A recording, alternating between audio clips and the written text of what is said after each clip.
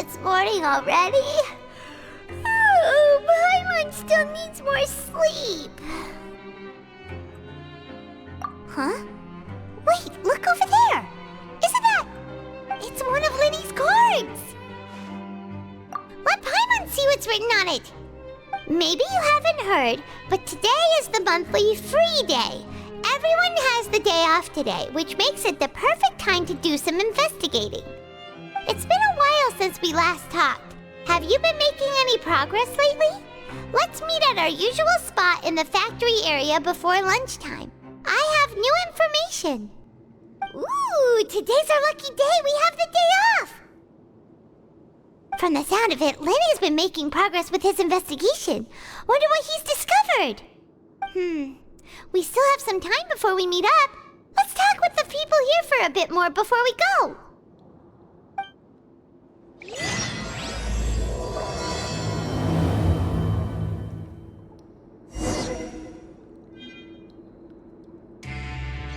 Continue to take pride in fulfilling my duties.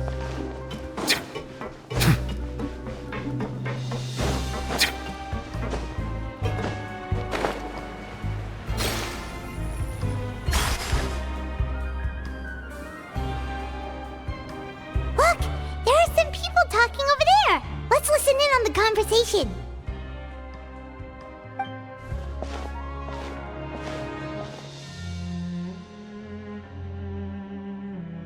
If you ask me, those pompous parasites on the surface act like they're all a bunch of aristocrats. Do any of them give half a hoot about a bunch of dogs like us? Hey, speak for yourself, mate.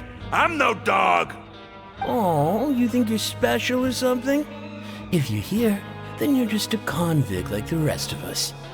I've heard that even if you're released after serving your sentence, going back to life on the surface ain't any better. Once a criminal, always a criminal. Or marked for life. I don't buy that. Hey, how cool would it be if the whole world was destroyed by a giant flood and everyone had to start over from nothing? What kind of filthy bilgewater are you spewing? I have family up there. You best shut your sewer hole with talk like that. Listen, things ain't so great on the surface, but who says that you have to leave? I've heard that you can still stay here and work even after you've served your sentence. Not bad if you ask me. Who wants to live in the ruddy overworld anyway? And what makes you think they want to hire someone like you? It's one of the great mysteries of the universe, how someone as useless as you is so confident. Whoa. Sounds like they're really unhappy about the overworld.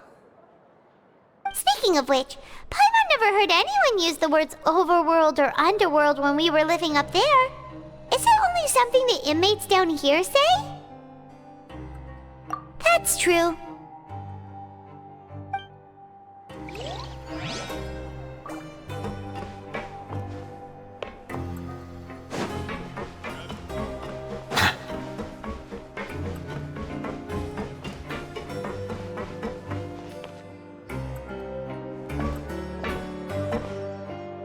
There's a group of people over there. Let's go listen in.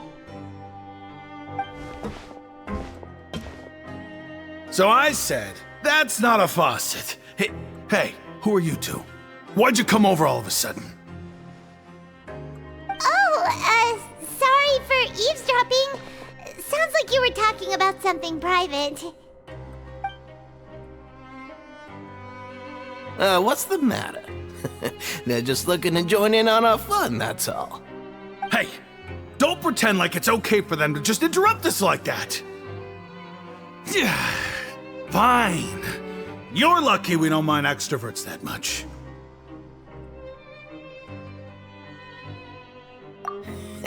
You hear that, Quisto? What nice! Your expressions tell me you're looking to hear some juicy info, am I right? But before that, it just so happens that I know you two. Really? Are we that famous? You're kidding. How often does anyone get a personal tour led by His Grace himself? Practically everyone was talking about it. Word has it that you also caused quite the kerfuffle. A little mistake, huh? I like the way you put it. You see, people with a good attitude can join our group anytime, unlike some of the others here. Your group? I'm Quisto, and this is Lavaroon.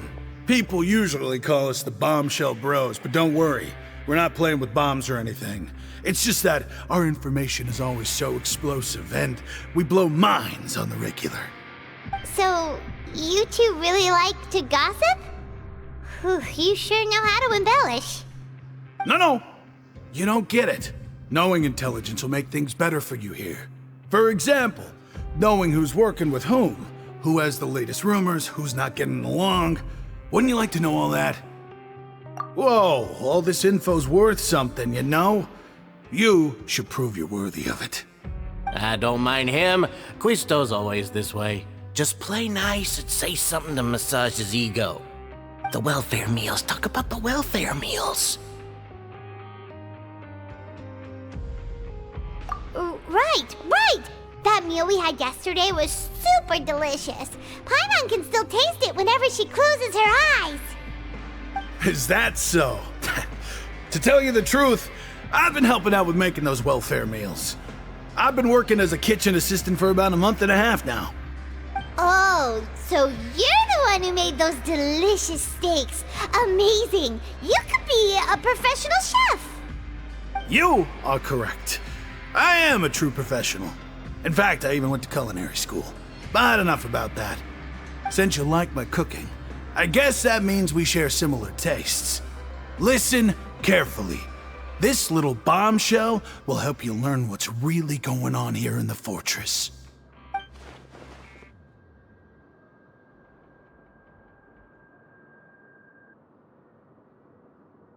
Listen, kids. The power structure within the fortress is quite complicated.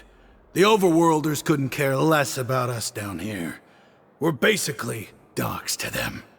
You've already met the one person here you should never cross, the Duke, Wriothesley. He knows more than you think. And if he doesn't care about something, then he often doesn't bother dealing with it. Those who have the Duke's attention get all kinds of special perks, even better treatment in the infirmary. I know who you mean. It's that Jurier character, right? I don't think there's anything useful about him at all. Why does he visit the infirmary practically every day? Is it normal for anyone to be going in and out of there so often?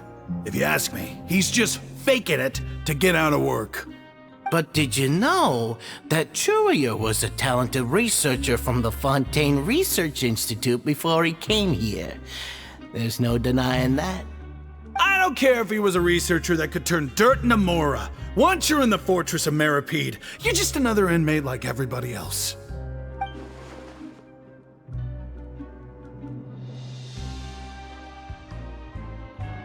Speaking of which, the last time I saw him, he was passing by in the corridor with Lorvine.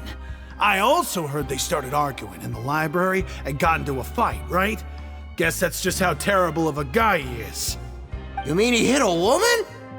Wow, I never imagined he was that bad.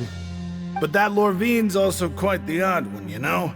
She's always gabbing away, got into a fight with a man, and she also got sent to the infirmary. Come to think of it, I always see her going to the sick bay every couple of days, too. Wait a second. You don't think? Do you think could it be that they're secretly meeting there to go on dates? But it's really hard to imagine. After all, I do remember seeing Lorvine beat Jurier to a pulp that one time. And we might be overthinking things.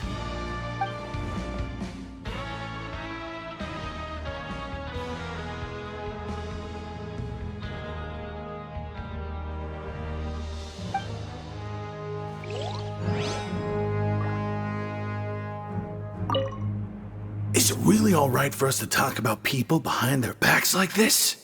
That's just how it goes. Good gossip is still gossip. Yeah, I guess you're right. But wait, we're not just gossiping. This is legit information we're discussing here, right?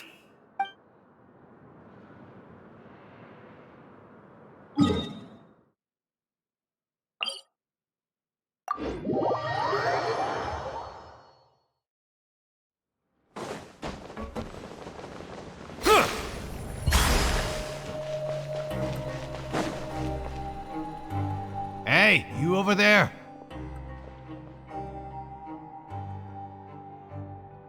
Yeah, you! Say, do you like playing card games? You know, like Genius Invocation TCG? You TCG players are like mint in the wild, literally sprouting up everywhere. Hey, come on now. What's wrong with finding fellow Invocation aficionados? Anyway, care to join me for a game? Alright. No pressure. But why would you be looking for people to play Genius Invocation in a place like this? Don't people usually come here to fight? Whether you're throwing down cards or throwing punches, it's all a competition, isn't it? It's all the same in my eyes. There are lots of card players here in the fortress. When I saw you, I immediately thought, hey, even outsiders from other nations play cards. So I came over to say hi. Sure. Great! Since you've been here longer than us, you need to flex your seniority a little bit, right? Maybe you could start by telling us newcomers some stories about this place. I thought you would have already heard everything by now. All right then, did you have anything specific in mind? Or do you want me to just pick a topic? Why don't you pick? We'll let you know if we've heard it already. All right. Have you heard any strange rumors since you've arrived? Then, did you know that there are some people who are always gossiping over in the corner?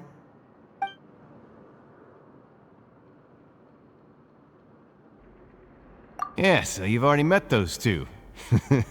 They're quite a pair. They always keep an eye out for the latest happenings and gossip about everything. I've never seen anyone with more time on their hands. I heard that they used to be a chef and a bartender before they were sent down here. You know how bartenders are, always chatting with customers. And chefs love to pass the time just hanging out when they're not cooking. Good to know. Do you have anything else to tell us? Let me think. Sounds like you want to hear something a little more tantalizing. Oh, did you know that the Duke was also a convict in the fortress of Meripede before? Huh? Wait, are you serious? That's right. The Duke was an inmate just like you and me. Seems he was exiled here for committing some crime. Who knows how he ended up rising up to become the warden, though. To go from an ordinary inmate to becoming the manager of the whole place? I'm not gonna lie, I kinda respect that. A forbidden zone? Sounds like something that someone just made up. I've never heard of that. Where did you hear about it? It's just a rumor we've been hearing, but no worries if you've never heard of it. Do you have anything else you can tell us? Anything else? Not that I can think of, but I'll be sure to tell you anything interesting I hear next time. You'll have to play a game of Genius Invocation with me first, though. Okay, we've talked to just about everyone, and it's about time for us to go meet Linny. According to the card he left us, we should go meet him in the production zone.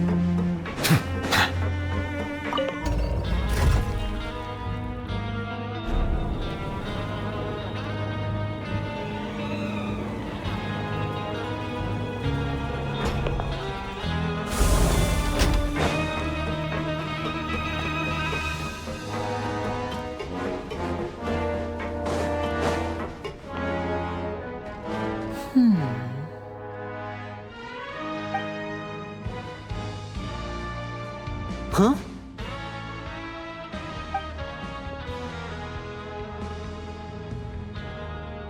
That look in your eyes. You found something? Hey, this is no time to be modest. Just tell him we found a boatload of information. Oh, as expected of the legendary duo, you have my full and undivided attention. Huh. I'd have never guessed that myself. The rumors swirling about this place are unreliable after all, and Master Child probably went missing because he found a way out. He is a harbinger after all. I suppose he's much more resourceful than I initially gave him credit for. Unfortunately, this isn't enough for our final report to Father. We need to find out Master Child's exact whereabouts. Father told me that even though Master Child said he was just coming to Fontaine for a vacation, he actually had some personal reasons. His agenda might be linked to his disappearance. His escape route is already flooded, so we'll have to task someone with professional diving skills to chase after him. Well, when you put it that way, it's obvious that only Fremine would be up to the task. Bingo! Is he around? He's working today. Coming here as a group would have attracted too much attention.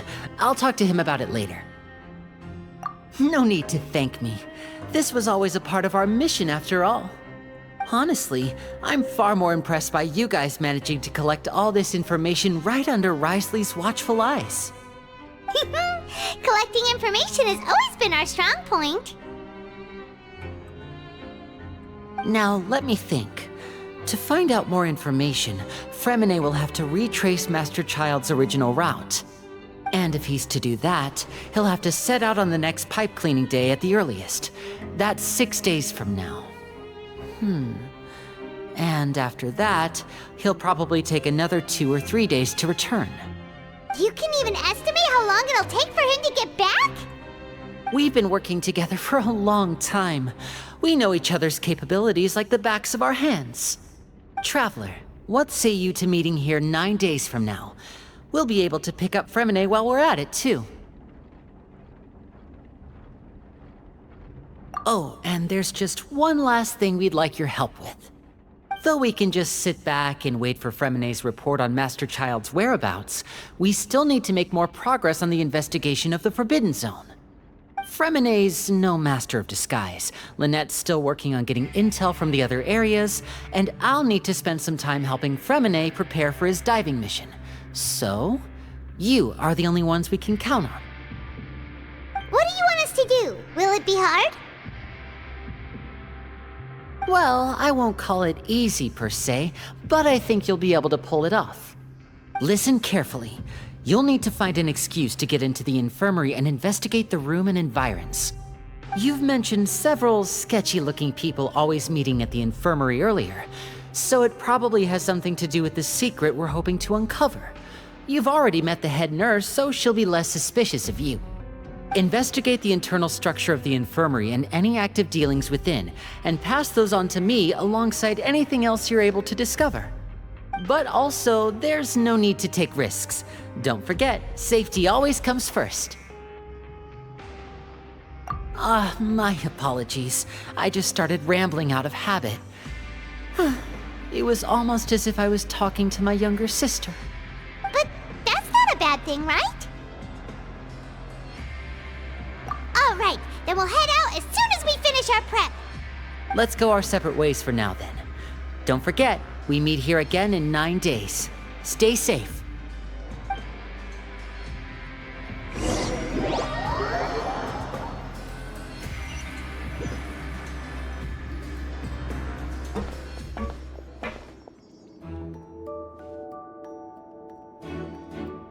Hey, stay here for now. Paimon will take a peek. There seem to be several people inside.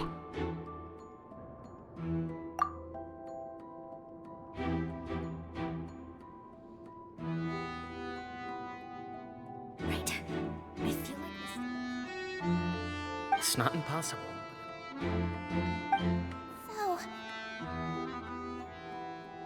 Please, mindful of bit hard to understand them from here. So, why don't we just try to talk to them in person? Let's go as soon as you're ready.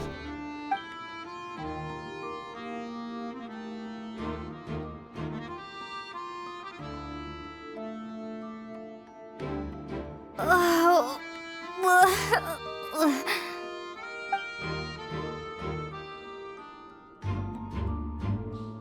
Someone, please help! She's sick!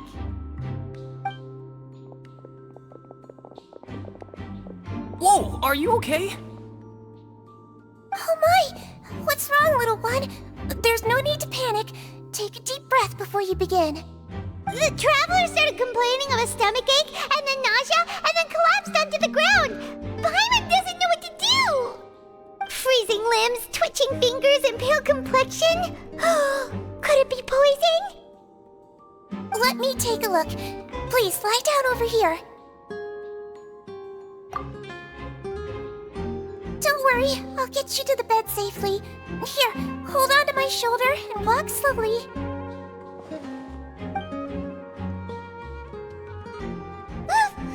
You can do it, Traveler! Don't apologize. You're sick after all. Now, please relax. I'm just going to do a preliminary checkup on you.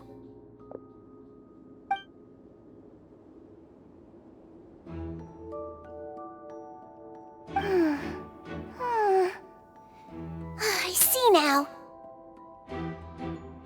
My checkup has confirmed that she's not in any mortal danger. That's our worst fear out of the way. Eh? Oh, that's good. But... I'll continue my diagnosis of the patient now. Please, relax and take a deep breath.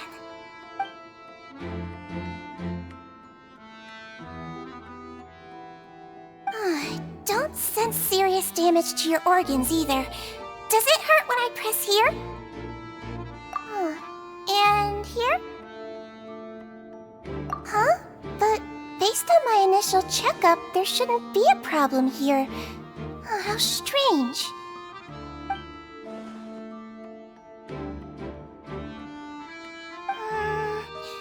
What about here?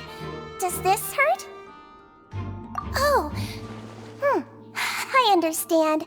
So that's what it is. I think you just ate something that disagreed with you. That's all. Nothing too serious. Outside of a pretty bad stomachache when it decides to act up. So that's what it is. Thank goodness it's not anything more serious. And there have been other inmates complaining about the food recently. I'll inform our head chef, Mr. Woolsey, of this problem as soon as possible. Congratulations! The health risk is incredibly low, so you should recover within a couple days. Why don't you take a rest here while I go get some medicine for you? Miss Levine, I'll have to trouble you to help me look after this new patient while I'm gone. Very well. And she hopped away just like that.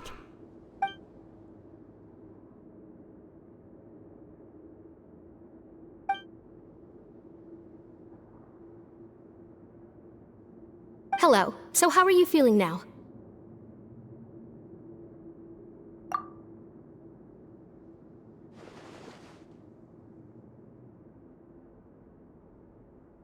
Her stomach aches really bad. She was stumbling about the whole way here, so Paimon's really worried. If Miss Sijuin says it's not a serious problem, then there's no need to worry. She's the best medic we've got down here. But it also looks like she's the only medic you've got down here. Well, that's true. What do you mean, that's true? That's really misrepresenting the situation. Of course I can't speak for the whole fortress, but it's not like everyone imprisoned here is useless, you know? Though they may have committed crimes and gotten locked up here as a result, they still know a thing or two about medicine, and they help Miss Sijuin take care of the sick and injured. Yeah, you're right. But did you have to lecture me about it in front of another patient? Aren't you a patient too? Where did all your energy come from? That's correct. Sorry, I got a bit ahead of myself. Are you two also sick? we've been sick a while. I come back every once in a while for checkups, and to pick up the medicines Miss Siegewien prescribes for us. That's just the nature of chronic illnesses. As for her... you could say she fancies herself as Miss Siegewien's capable helper because she learned a bit of medical knowledge ages ago. Please watch your mouth, Mr. Jurier. Don't forget that you are the primary reason I have frequent heart palpitations. Hey, don't start arguing now! Please, keep it civil at least!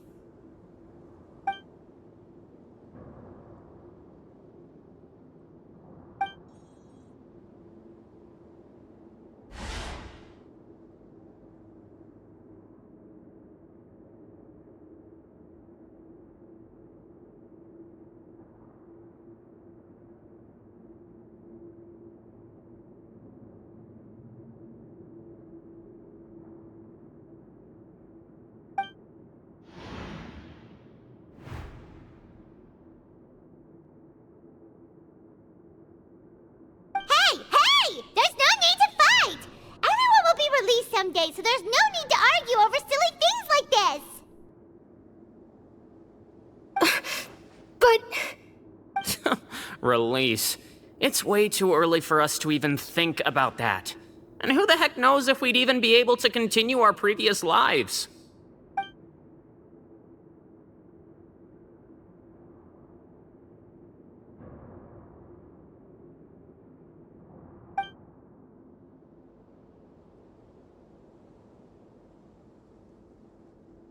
Please allow me to end this boring and useless conversation. Oh, and Mr. Jurier, I don't want to see your face here again anytime soon. And same to you, Miss Lorvine.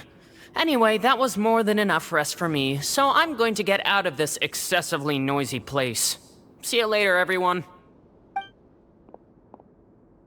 He just slowly walked off like that? That's just what he's like. I'm sorry you had to see all of that. I'm Lorvine, and that's... Well, his name is Jurier, but I hope you'll never have cause to remember his name. You really can't stand him, huh? I mean, can you blame me? Who would like someone who is as arrogant and obsessed with weird research topics as he is? But there's no need to keep dwelling on him. I'll accompany you two for a while. Miss Siegewien should be back soon, and I'm sure you'll feel better as soon as you've had some of her medicine. No, it's nothing. I'm back! Did you rest like you promised? Thank you for getting our medicine, Miss Siegewien. Did you all cooperate with your bed rest? I trust that nobody got up to walk around. Good. Here, this should be 2 days' worth of medicine for you. Take 1 pill now, and then continue your bed rest.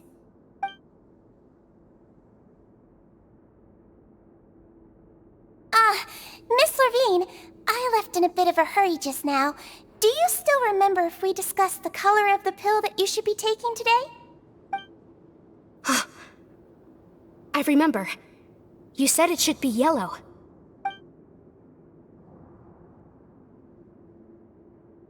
Yellow, huh? I understand. These are yours. Please, make sure to go to bed early after taking them tonight. You'll benefit from a good night's sleep. All right, then I'll also be on my way now. I hope you feel better soon, too. See ya!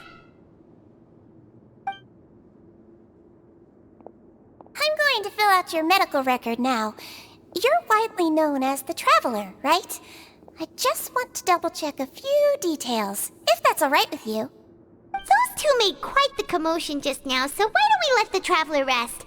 Paimon can answer the questions instead. So her primary symptoms are abdominal pain, with secondary symptoms of nausea. Is there anything else? That's it. All right then. Is there anything we should know besides to take the meds? No, her base constitution is quite good, so I'm sure she'll recover quite quickly after taking the medicine. Please, make sure to stick to bland or less stimulating foods, and don't stay up too late at night.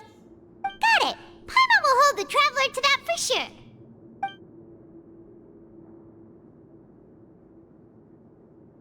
Oh, you're going to take a nap already? Okay then, you get some rest.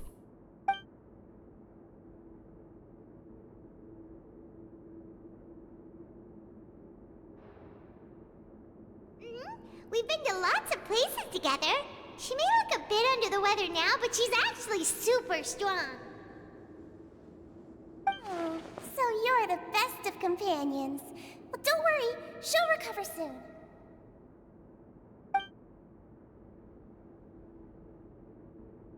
Ah, you're awake.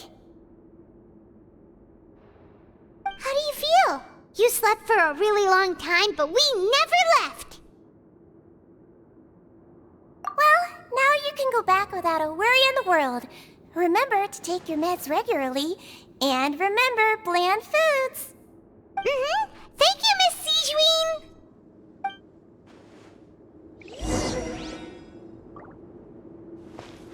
Seems like a lot of people have been coming down with an upset stomach lately. I'll need to address that.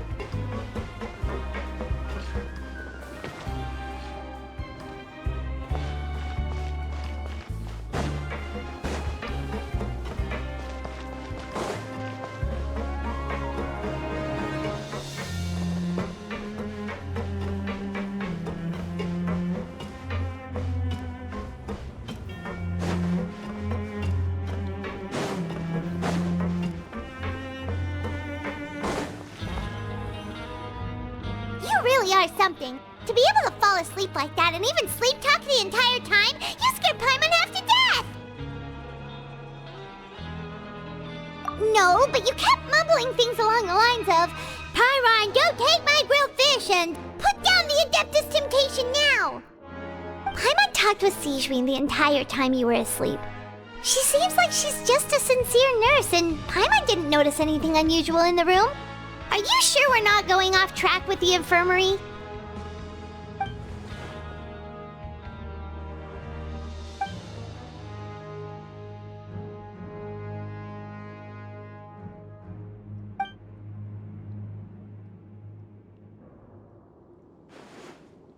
Whoa! You really are super thorough! All those tiny little suspicious things that Paimon didn't even pick up on! We've gotta give the info to Linny!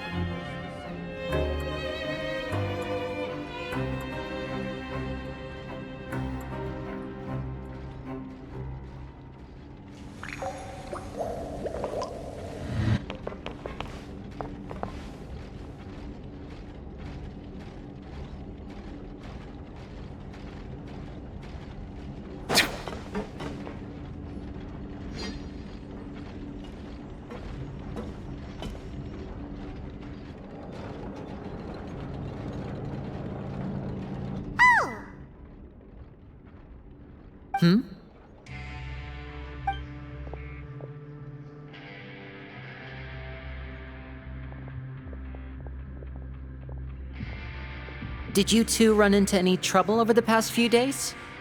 No, we just worked our shifts according to the schedule. Nothing weird happened. That's good. That means you didn't raise any suspicions when you infiltrated the infirmary. We've taken a look at the slip you've sent. Fremine successfully left the grounds via the pipes 2 days ago, and as of last night, Lynette has also infiltrated the infirmary after faking an illness. Wait, why is she getting involved as well? You already went above and beyond when you scoped out the infirmary. To put it more bluntly, even if we were to view that as something you did in exchange for Fremine's help, you've already done more than enough. Infiltrating a guarded stronghold is a different kind of job from a one-off investigation. We want to avoid using the same faces over and over and reduce the amount of suspicion that will fall on any given person. Lynette also felt like you have already taken the first step for us, so she should be the one to finish the job. So that's what Lynette thinks. Oh, Paimon hopes everything's going well for her.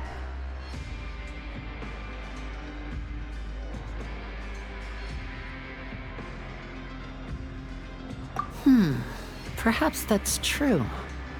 You are both very good people, and we've come to appreciate that more than anyone else. Unfortunately, there's still one thing that could get between us, lest you've forgotten. The matter of our respective loyalties. You've mentioned before that you've had some run-ins with the Fatui. I can understand that feeling, so I assume you're just helping us out of the kindness of your hearts? Well, everyone could use some more friends. We'll be counting on you to help us in the future, too. Since I see you as friends, then it's even more important for us to protect you from any peril. Fremine and Lynette feel the same way. Glad to hear it. Then, let's go check on Lynette before Fremine returns. If everything went well, then she should be wrapping up her investigation right about now. Is now really a good time to go over? According to my observations, Sigewinne always spends around half an hour away from the infirmary right before lunch. Lynette knows this as well, so this should be a good time to meet up with her. Also, I'm her brother, remember? It's only natural for an older brother to care about his younger sister's well-being. Okay, then let's head over right away!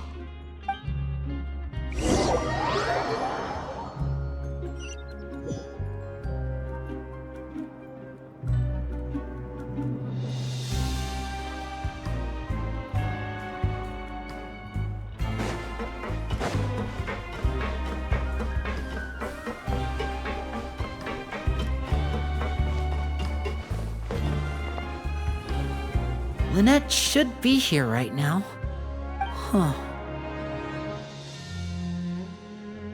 Strange. Lynette?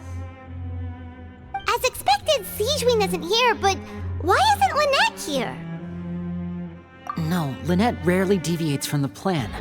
We agreed that if she were to make changes on the fly, she'd find a way to let me know. Unless... Let's see if there are any clues around here. We can look while we wait for her. Who knows? Maybe she'll be back soon. Okay.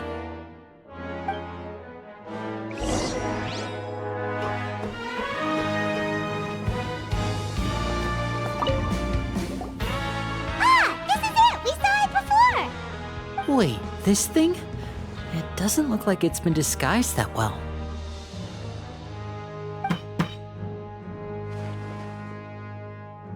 The space behind it is empty. From its size, I don't think it's an entrance that is meant to be taken apart. There's probably a mechanism around here somewhere. Could Lynette have tried to get inside? But if that's the case, she would have contacted me for sure.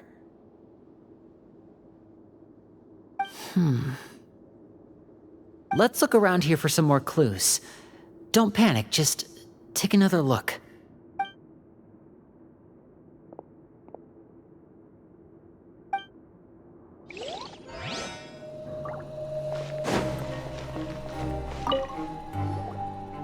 are some books here and a few files. They all look like medical records. Advanced nursing, how to raise the spirit of your patients, a quick guide to the psychology of emotions, and the meaning of laughter. These sure are some interesting books. Who knew Sijuin would be interested in these kinds of things? She even has books on understanding people's motivations and feelings. Is it because she's a Melusine? Or does she have a need to understand her patient's emotional state? Seems quite normal to me. These are skills that would come in handy for a nurse from time to time.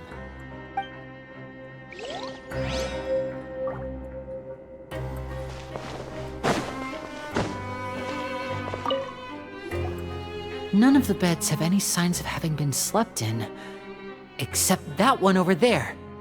That's the one Lynette must have used, right? You said she was pretending to be sick. She would have said her migraine was having a particularly bad flare-up. Generally speaking, the head nurse would then ask her to lie down and rest, while she left to retrieve the medication. Which means, either the head nurse didn't return the entire time from when Lynette laid down up until she left the bed, or the nurse intentionally left it this way.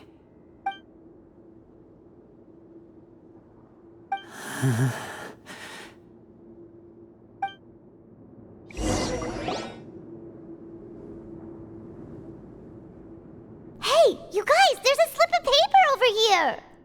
A slip of paper? It's right over here, and there's a bunch written on it too. It reads, "Out of respect for your usual practices, I'll use a piece of paper or card as the medium to pass on my message. You may consider this as me giving you my best regards." This is... Is that all? The back. This is... Show me! Now!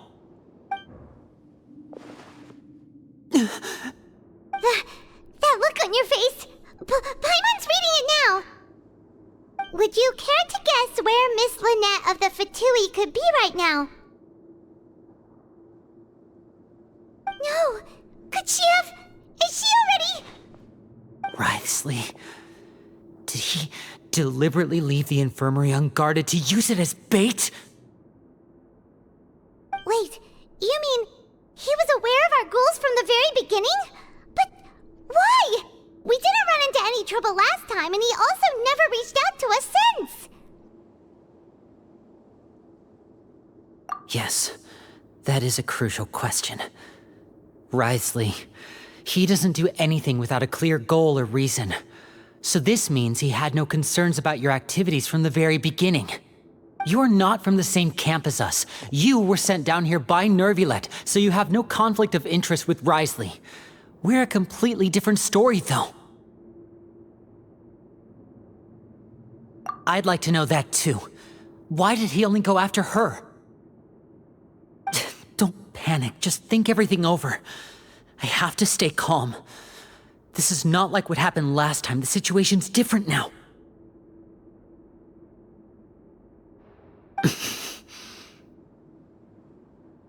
Wait, you're right. Wait, but that means... The fact that Fremine was able to leave the grounds, could Wriothesley have let him go as well? But what does he gain by letting Fremine leave like that?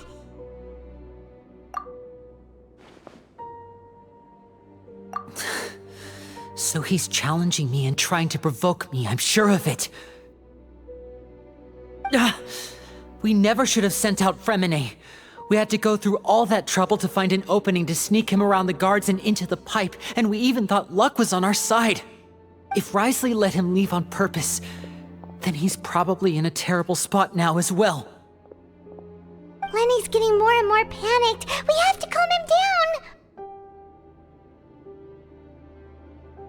Don't be like this, Lenny. Fremine wouldn't have left if we hadn't told you about Child.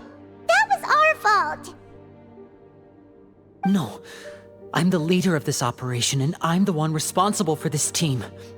I was the one who failed to protect them. I'll go talk to Wriothesley. Hey, don't be reckless! Traveler, please talk some sense into him! I simply cannot allow Lynette to be abducted again. I have to go. I'll find a way to get them back! He's rushed out the door! After him!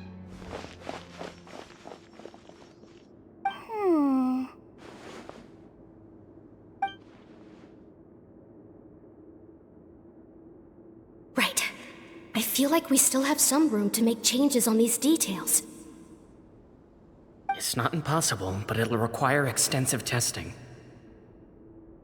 Is that so? Very well. Then please be mindful of the time. Huh? Is someone? Pack everything up.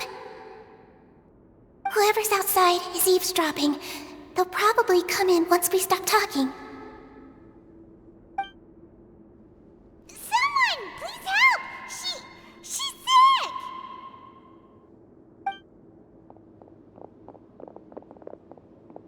Whoa, are you okay? These two. As expected, they've already found this place. Oh, they are quite a delightful turn of events. I like smart people, but I also like playing dumb. I like the feeling of being trusted. Oh my! What's wrong, little one? There's no need to panic. Take a deep breath before you begin.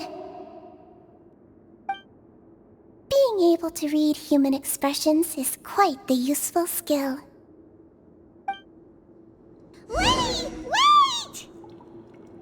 It's no use, we have to catch up to him!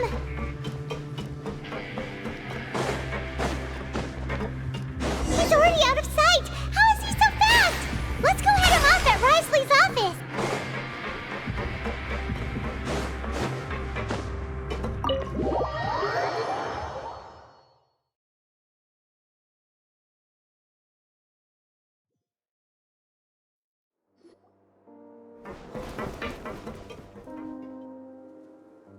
Come out and face me, Wriothesley!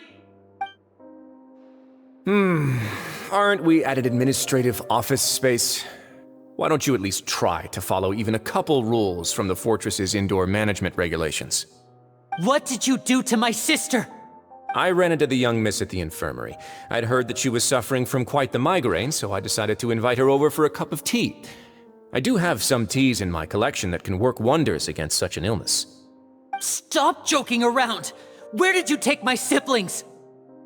I have also heard that your performances are quite the spectacle. Miss Lynette would sometimes enter a box filled with water, only to emerge the next second from another place altogether. Maybe she'll appear behind you right now if you were to turn your head. Is he trying to trick me into turning my head? No, he's probably not looking to attack me right now. All of the hostages are in his hands, and he's even in the mood for small talk. That means Lynette is probably still alive. You knew we were investigating the infirmary from the start, so you deliberately aroused the Traveler's suspicions and baited us into continuing our investigation, just so that you'd be able to kidnap Lynette. As for Fremine, no, you probably didn't even interfere with Child's escape. You let him go, so you could purge the Fatui members that we had planted into your ranks. There was no need to do so. The Fortress of Meripede is a pretty pleasant place. Most people enjoy their lives here. The only ones who act differently are those with personal agendas.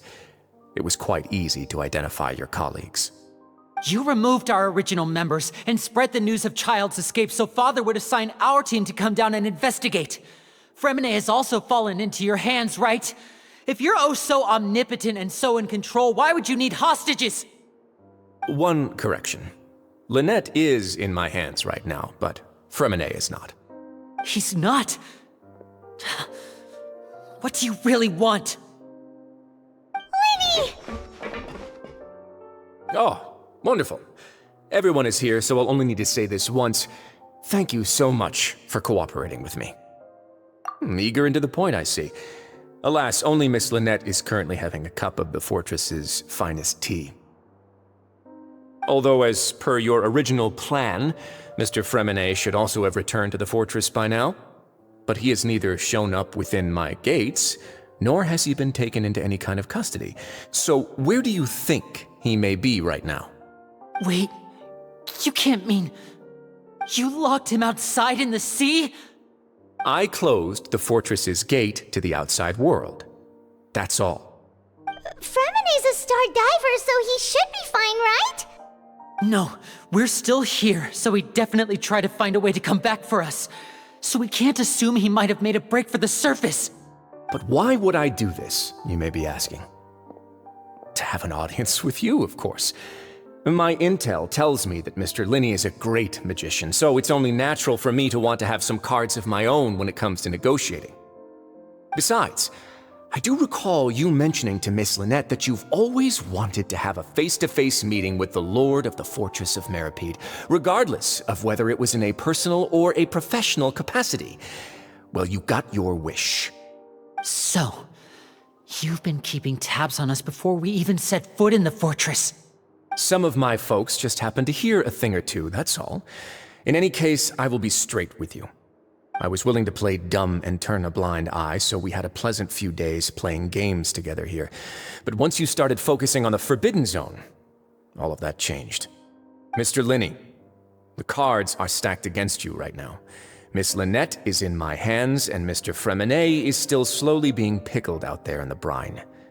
You know just as well as I that he cannot last out there forever. You need do but one thing to guarantee their safety.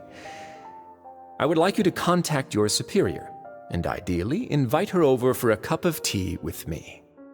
You want to see Father? But why should she bother giving you an audience?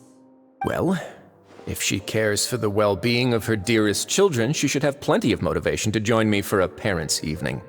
I've heard that the bonds between the members of the House of the Hearth are like the bonds of family. I don't see why she would refuse. Why did you think Father sent us to handle the Fortress of Meripede? This place is basically a no-man's land. It wouldn't be fitting for anyone as important as a harbinger like Father to come here in person. Oh, I see. So it's because she doesn't care for my place here. That's such a shame. After all, I've amassed quite the tea collection. I was looking forward to sharing it with her. Both Monsieur Neuvillette and Lady Farina have already received many samples as gifts. Was this the extent of your master plan to get to Father? No matter how much pressure you may put on me, I won't allow you to use us to blackmail her. You people really are difficult to get along with. All I'm asking for is a face-to-face conversation. Does she truly have no interest in the fortress's secret? Mr. Linney, you have one last chance to invite your father here. If you refuse... Linny!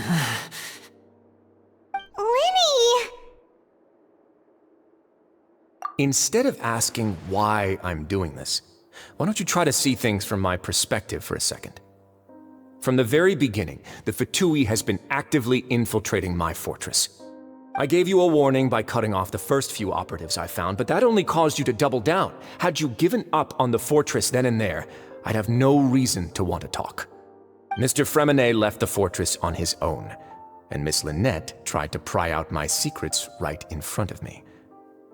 No matter how you look at it, the responsibility for this falls on you. I shouldn't ask Father to do anything because of us. 6, 5... Wait, 2, 1. Time's up. It really is a shame, Mr. Linney. Wriothesley! Negotiations have broken down. Please leave, ladies and gentlemen. It's time for my afternoon tea. Yeah, listen to the Traveler. If you can't talk to Linny, can you at least talk to us? You do realize that I'm only letting you go because of Neuvillette, yes? You're here helping him out, and I've already done my best to stay out of your way. But that doesn't mean you can just do whatever you want. The fortress may be small and remote, but it still has its own set of laws.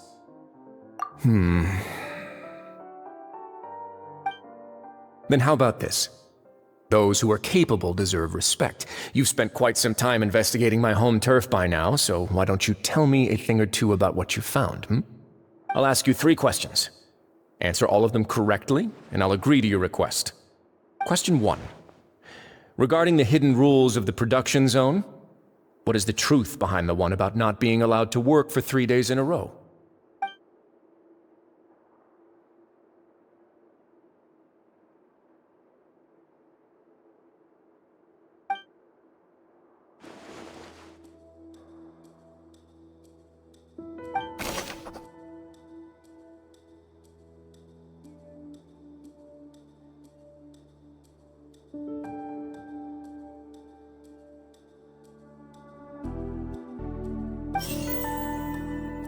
I've been told that the infirmary is always empty for the half hour just before lunch.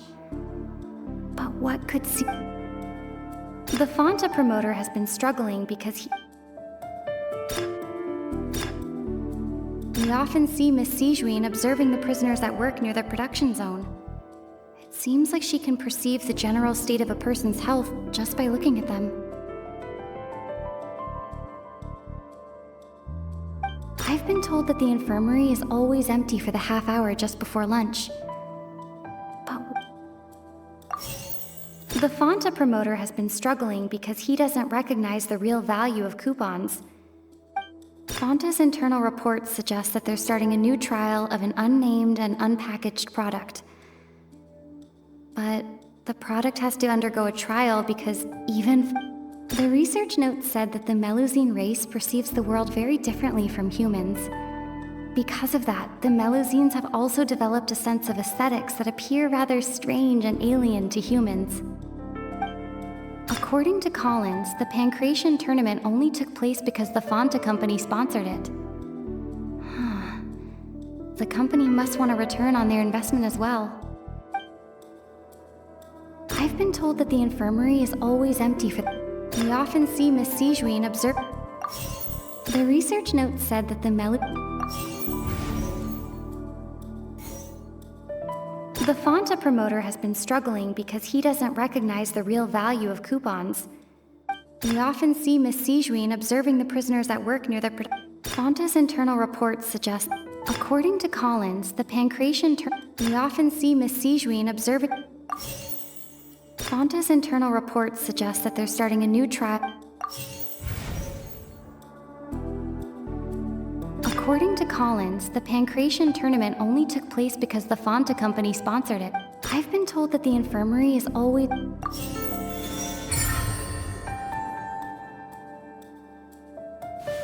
So that's what's going on. Paimon understands it now. Who would have guessed? The hidden rule of the production zone. People are not supposed to work 3 days in a row, and if they do, they'll get strange meat in their welfare meal. At first we thought this strange meat must have something to do with the people who disappeared, but in reality, they were all prepared by Sijuin, the head nurse. She often visits the production zone to observe the workers' health and makes a note of anyone who has worn themselves out after 3 full days of work. Out of her sense of duty as the head nurse, as well as her genuine concern for the workers' health, Sijuin visits the cafeteria right before lunch and cooks an extra dish for those who can use the stamina boost. Sijuin has only the best intentions with her surprise gift and doesn't want anyone to find out about what she does. However, unfortunately, Melusines as a race perceive the world differently from humans, and their sense of aesthetics is even more alien to us.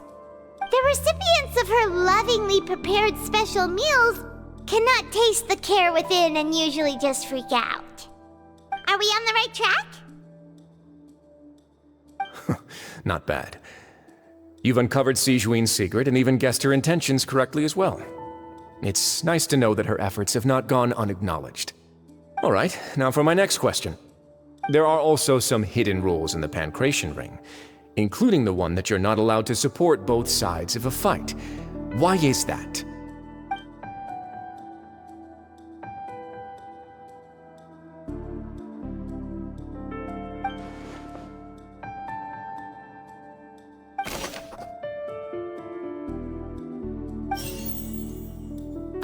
told that the infirmary is always empty for the half hour just before lunch. Fonta's internal reports suggest that they're starting a new trial of an unnamed and unpackaged product. We often see Miss Sijuin observe. The Fonta promoter has been struggling because he doesn't recognize the real value of coupons. The research note said that the Melusine race perceives. According to Collins, the Pancration tournament. I've been told that the infirmary is always. Fonta's internal reports. The Fonta promoter has been.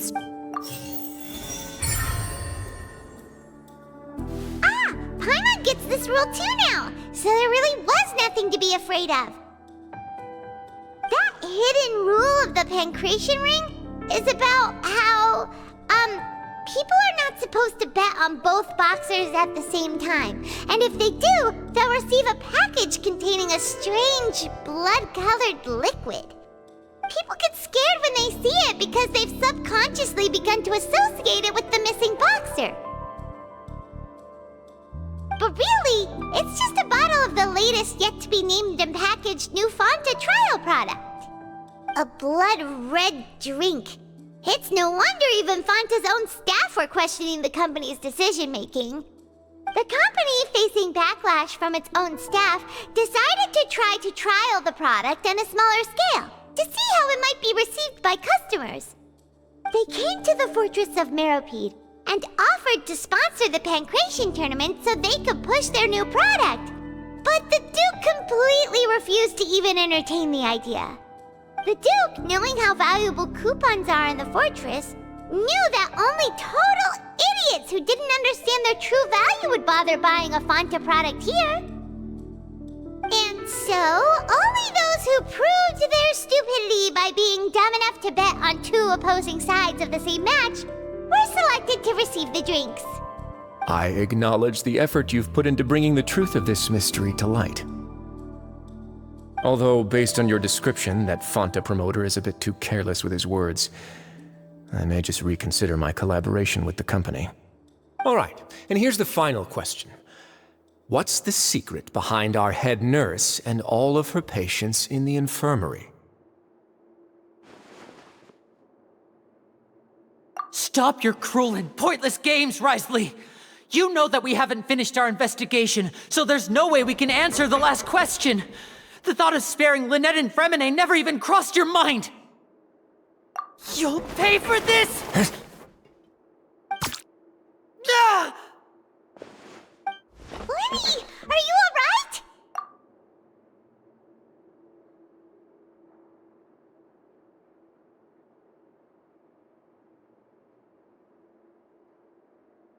Oh, close one. I owe you, Sijuin. That was a fantastic shot. It was nothing, Your Grace. Sijuin? Though this gun may look like a toy, it's actually fully functional, as I just demonstrated. Sijuin... You... Not at all. I am merely a resident of the fortress, and thus protecting it is my duty. When Monsieur Nervillette asked me to come here, he told me that my job would be to take care of the well-being of everyone here. I am merely discharging my duties. But if you mean what you just said, then isn't Linny someone you should be looking after as well? Isn't he a resident here just like the rest of us? But I really am just doing what Monsieur Nervillette told me to do. Everything I did, I've done to protect them. Had I not, they would be in far more dire straits right now. His Grace knows it too, right? Your Grace? Mind proving my innocence to them? My dear Sijuin, whatever shall I do with you? Would it have killed you to just wait another minute or two? Well, it's nearly time after all. The way you do things can be truly frustrating sometimes, Your Grace. I figured I should try to talk some sense into you. What are you talking about? What time? Take me if you want. Let them go. How touching. Can you just give me one more minute? Don't be like that, Your Grace. All right, everyone, calm down. 2 more visitors will be arriving any time now. I'll go get a cup of tea. Miss Sigeween, I leave Miss Lynette in your care. You... What are you doing? I believe I hear footsteps.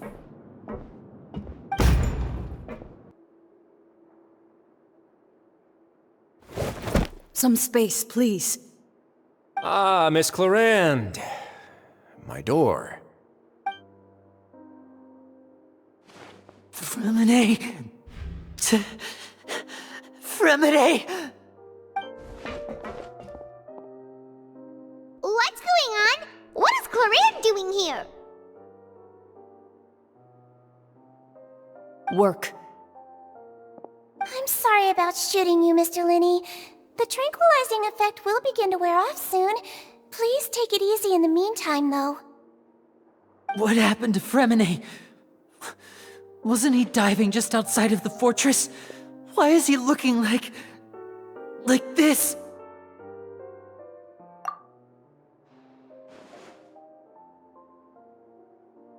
A flushed face, an accelerated pulse.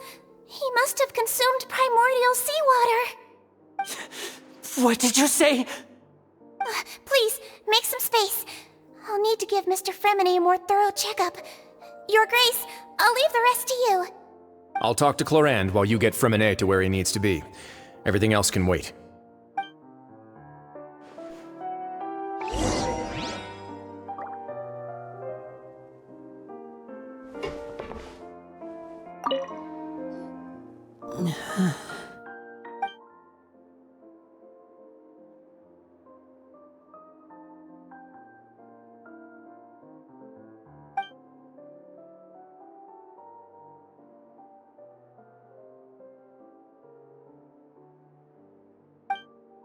How is he? These symptoms are probably caused by an acute ingestion of a large amount of primordial seawater. Still, his condition is not critical. Of course, it would be best if he stayed for further observation. Let's leave him here for now, and move him to the infirmary once he's recovered a bit more. Sorry. I am aware that the infirmary may not be your favorite place in the world at the moment. We do only have a single clinic in the fortress, however. Why would he ingest a large amount of primordial seawater after leaving the fortress? How could that possibly happen? Please, look after Mr. Fremine for the moment. I'll go fetch some medicine and a respirator. Oh, I'll bring Miss Lynette back with me. Where is she? How is she right now? Oh, she just took a nap in an empty room after I tranquilized her. If my calculations are correct, she should also be waking up right around now. You might not believe me, but His Grace and I actually made some snacks and tea for her.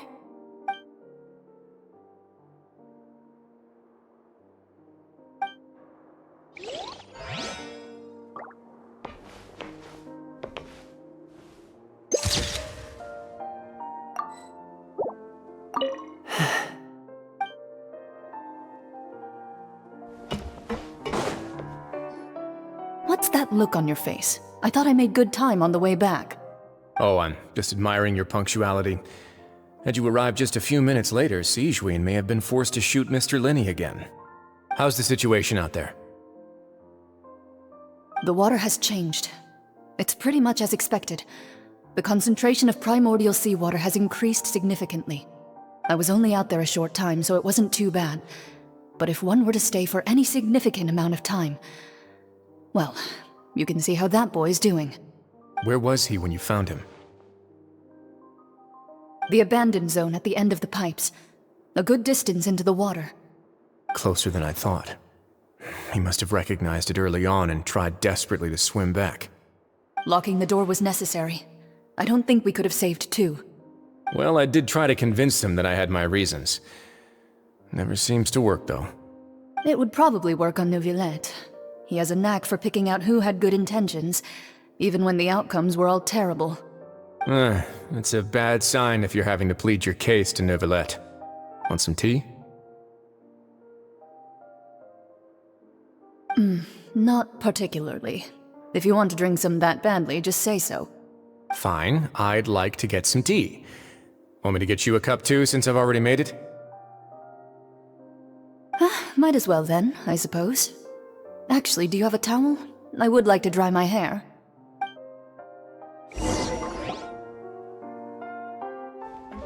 Linny, are you okay?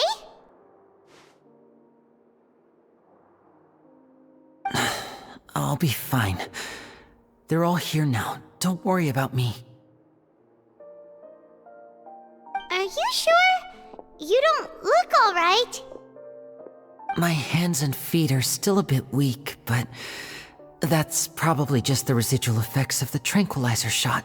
I'm back, everyone. Lenny! Oh, Traveler, Paimon, you're here too. Remine? Is he... He'll be fine. But for now, please help me lift him up.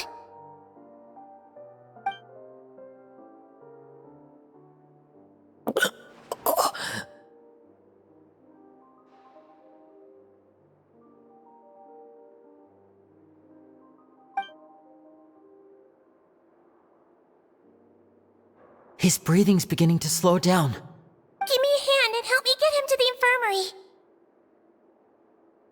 Yeah, I'll take him from this side. Lynette, together? On it. Traveler, you seem pretty worried about him. Want to come with us? The Duke and Clarande are gone. They probably went to get some tea. The Duke will explain the truth in just a bit. Miss Clarande will need a break, since she only just returned from rescuing Fremine out of the sea.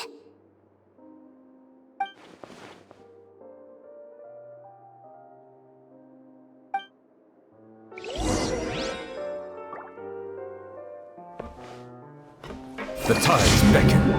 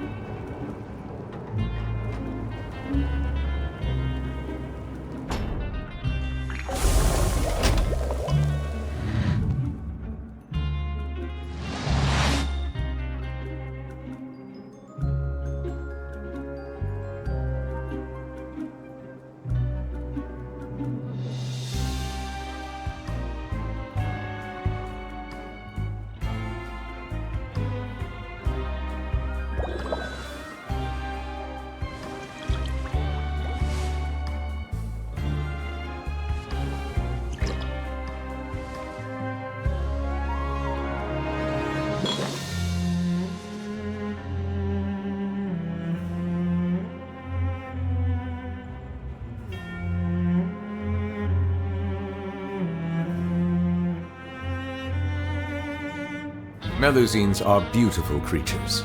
They are the pride of Fontaine. Be sure to befriend them and cause them no harm.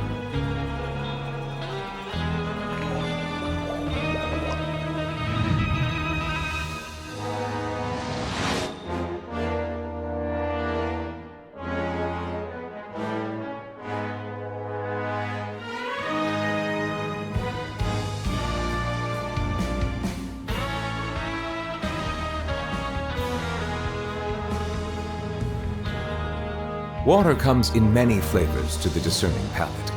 Mondstadt's water is crisp and pure, while water from Liyue has an enduring aftertaste. In Inazuma, the water possesses a depth of flavor unlike any other. Sumeru's water, meanwhile, has a rich and complex flavor profile, but it must be savored patiently to fully appreciate it.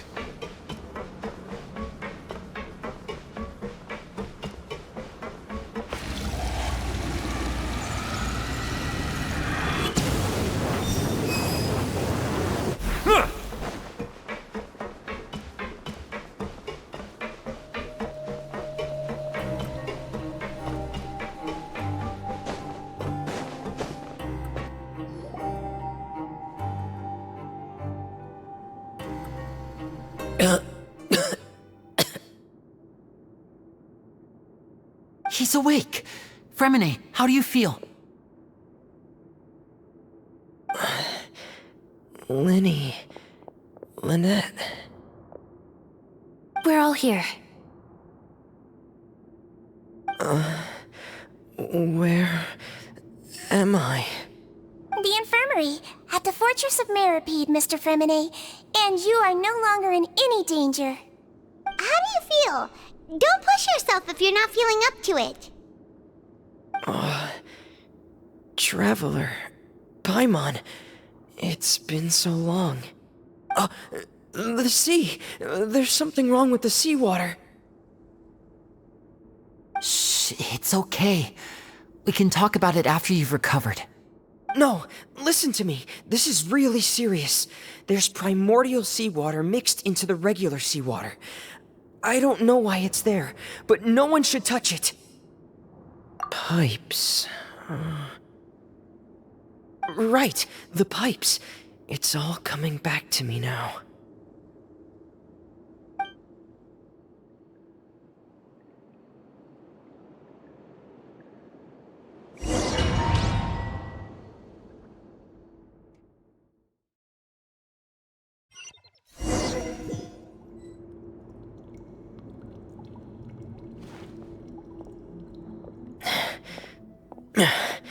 I'm in. Seems like this pipe hasn't been used in a long time. It looks abandoned.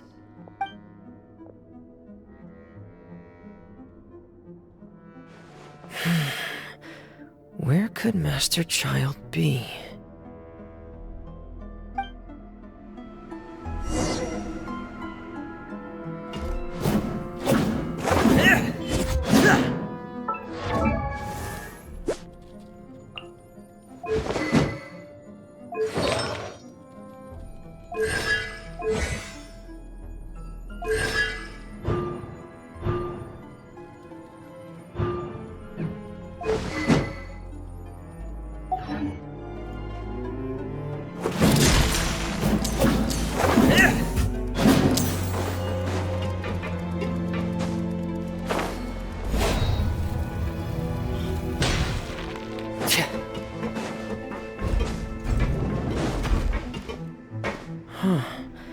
This mechanism looks like it's been tampered with. Could he have done it?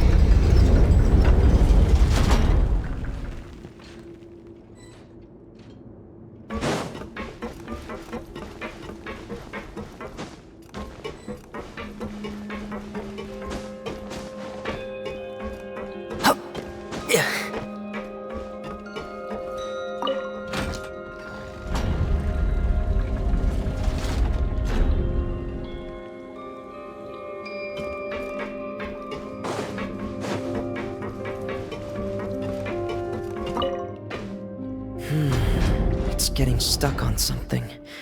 Seems like I'll have to avoid those obstacles while I turn it.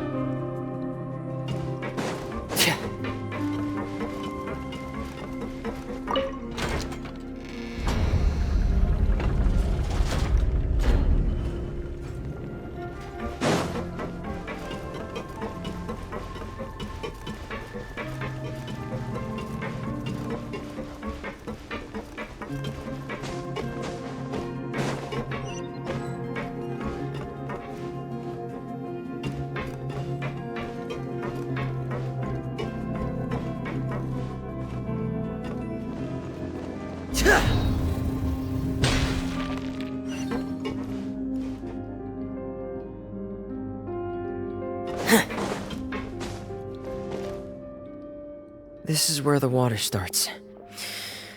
Okay. Master Child probably dived into the water. I'll go take a look as well.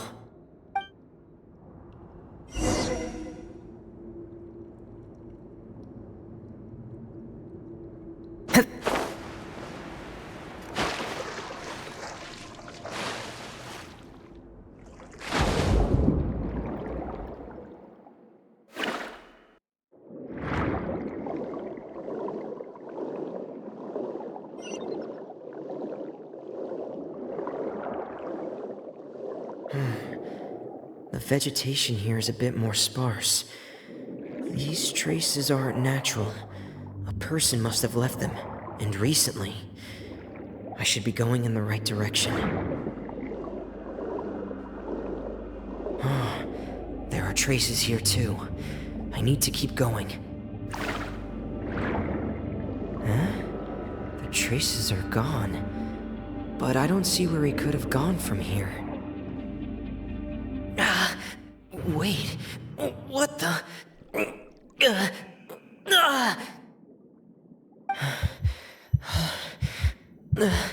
My heart is racing, and it's getting harder and harder to breathe. What's going on?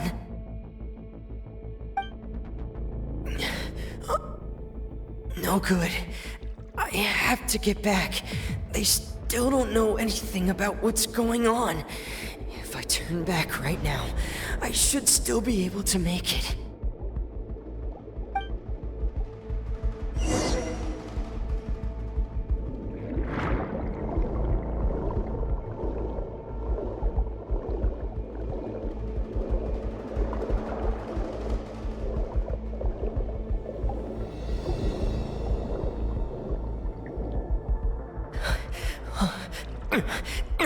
I can't die here.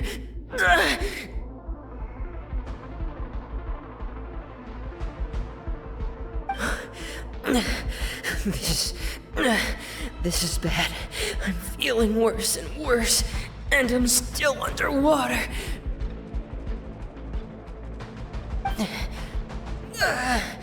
I have to push on.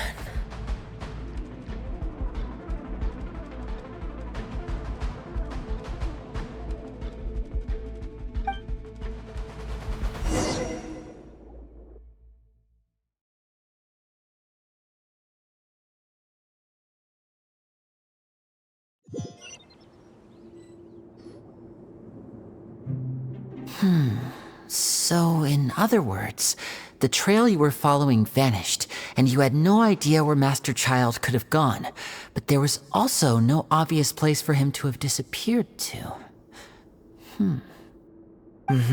That's right. I tried my best to swim back, but I had already put some distance between myself and the fortress, and I just couldn't find the strength to keep going.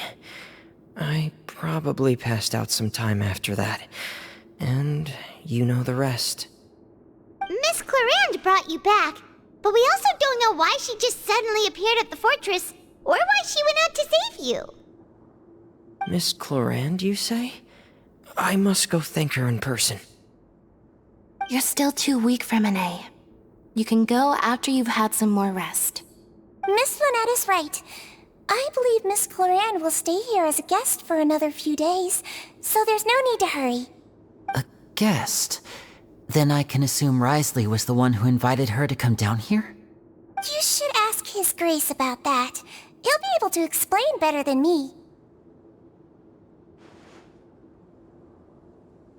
Yeah, it's about time he actually told us what's going on. Wanna come with us, Lenny? No, please go on without me. I don't want to leave just yet. Lenny. The logical part of my brain is aware that we're safe right now, but I still can't bring myself to leave. Both of you are just in danger. Understood. Then let's just sit together for a while. In that case, I'll leave the infirmary to you. The Traveler and I are going to head out for now.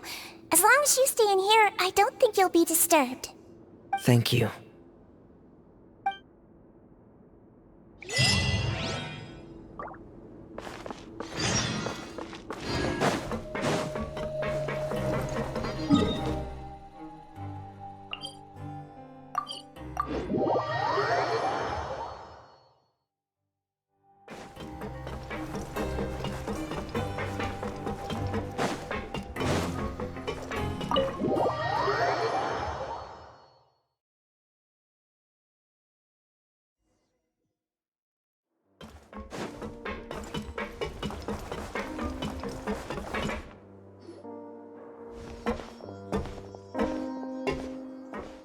Excuse me! I take it Mr. Fremonet's condition has stabilized? Of course! I wouldn't have left the infirmary otherwise. I've been expecting those two, but might I inquire as to the purpose of your visit, Miss Siegewien? I wanted to check up on Miss Cloran. How are you feeling? Mostly fine, I think. If you don't mind, I'd like to perform another quick physical exam. It'll just take a few minutes. All right. Thank you for looking out for me. I'll take my leave for now, then.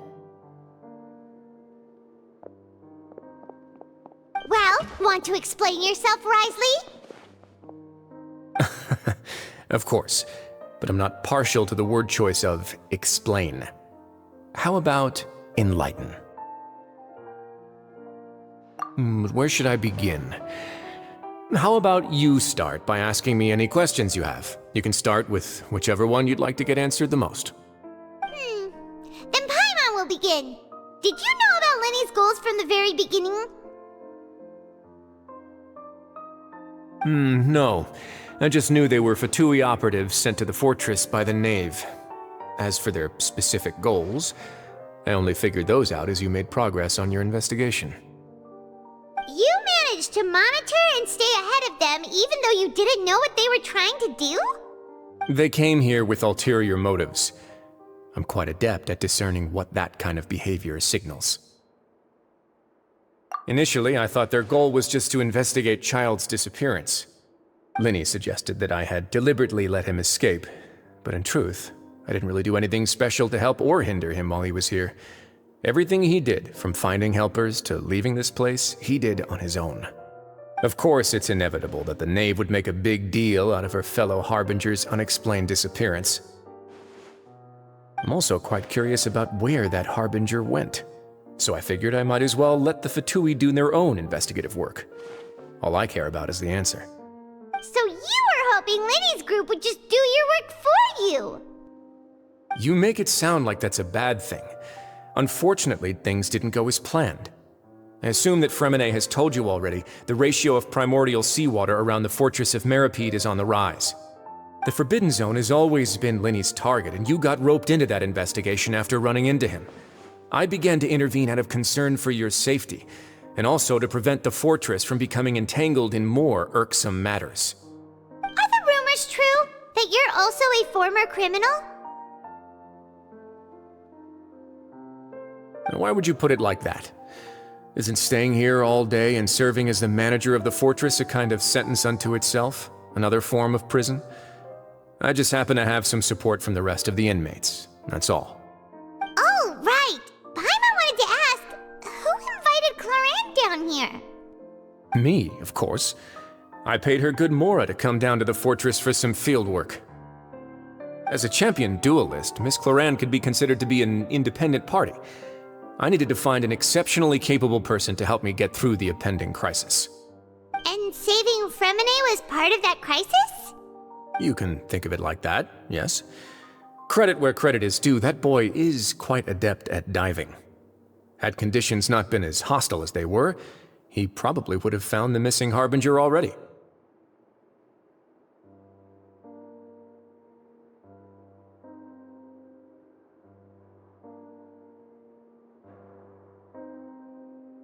That's not something you should be asking after. Neuvillette only asked you to investigate Child's whereabouts. All I need to prove to you is that the Forbidden Zone had nothing to do with the Harbinger's disappearance. That should be clear now that you've spoken to Fremonet. But we've already uncovered that there's something wrong with the infirmary, and we've answered a bunch of questions that you threw at us. Isn't it about time that you answer our last question in return? You make a compelling case. Do you really want to know the answer that badly? even if the truth may not be pleasant? Follow me.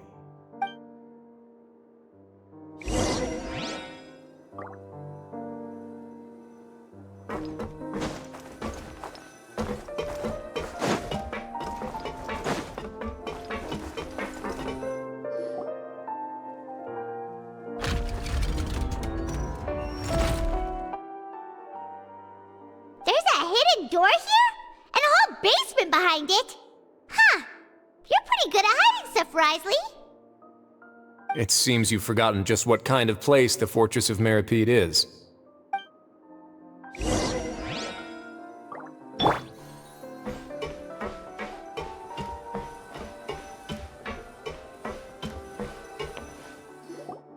Stand on the central plate.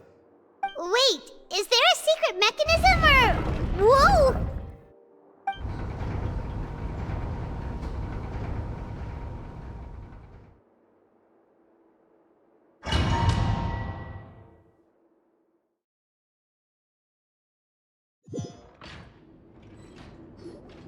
So, this is the Forbidden Zone?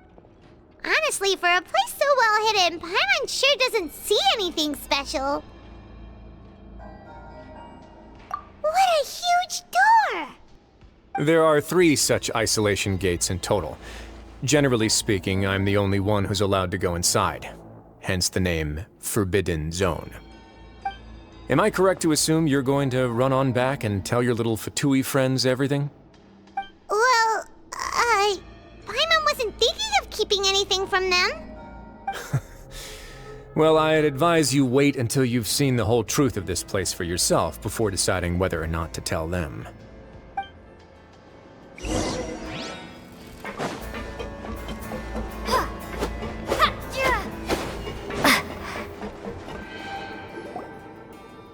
Huh, so there's a switch on the side. Stand back.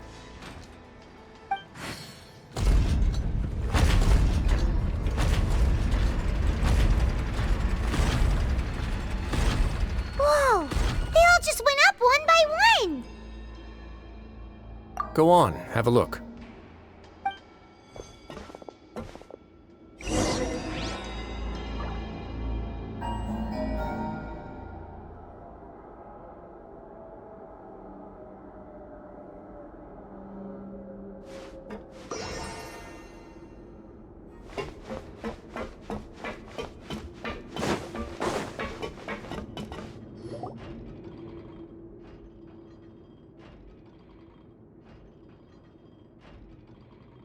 I've been interested in what lies beyond that gate ever since I assumed leadership of the Fortress of Meripede. Of course, it would be unwise to recklessly open it, but it'd also be risky and negligent to simply ignore any potential danger that could be behind it. The readings on that dashboard have not budged since the day when I first laid eyes on this place.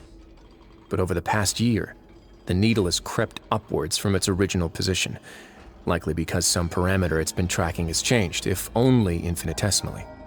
Normally, I would have ignored it, but I happened to have some free time when I noticed it, so I investigated. Any guesses what the reading could be tracking? Very reasonable guesses. I've considered both of those as well. Unfortunately, our dashboard is tracking something less ordinary. The temperature should vary with weather and climate changes, so for something that rarely shifts, the water pressure is more likely.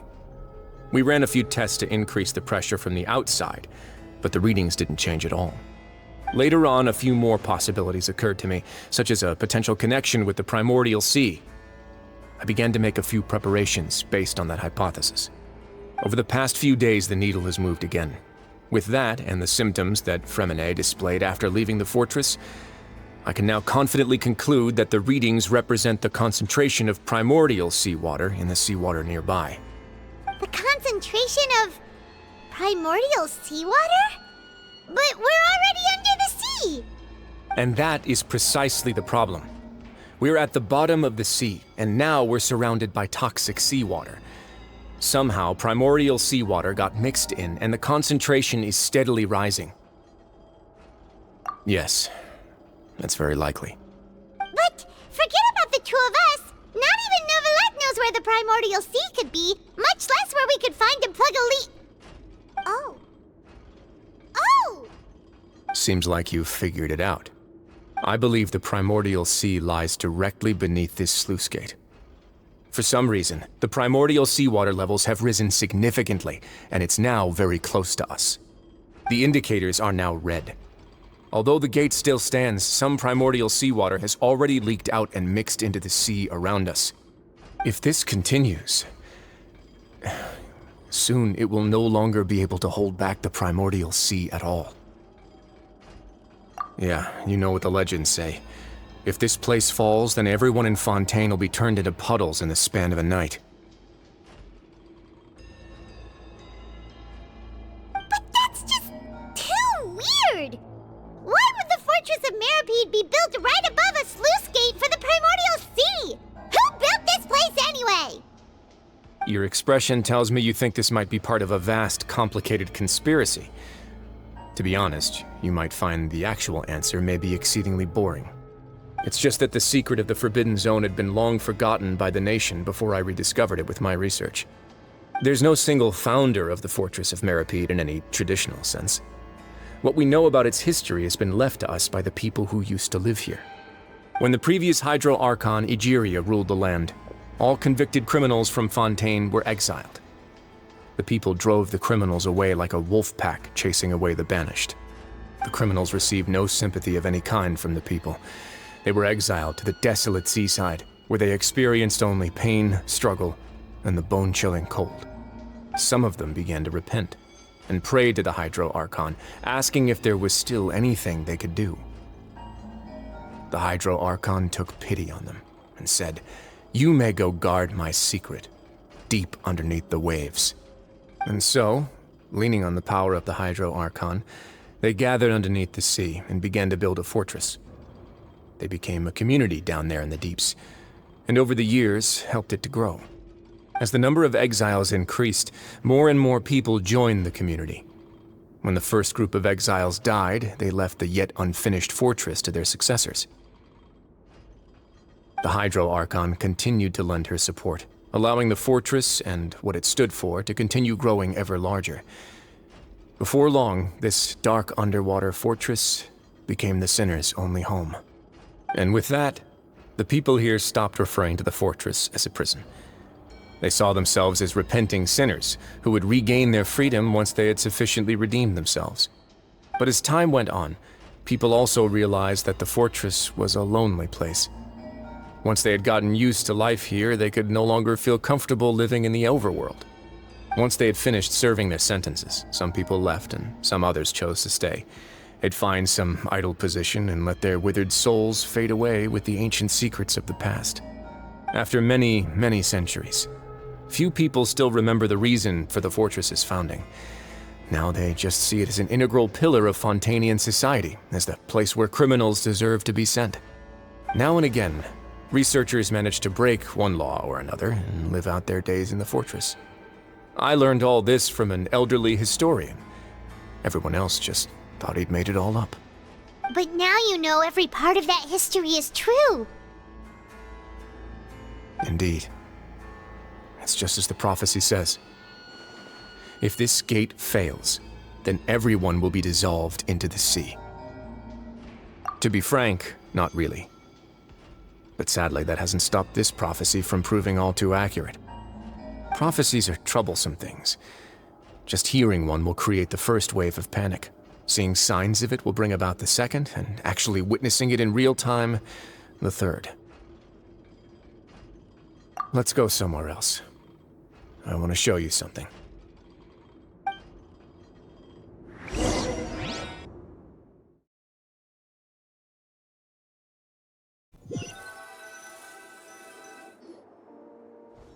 This is it.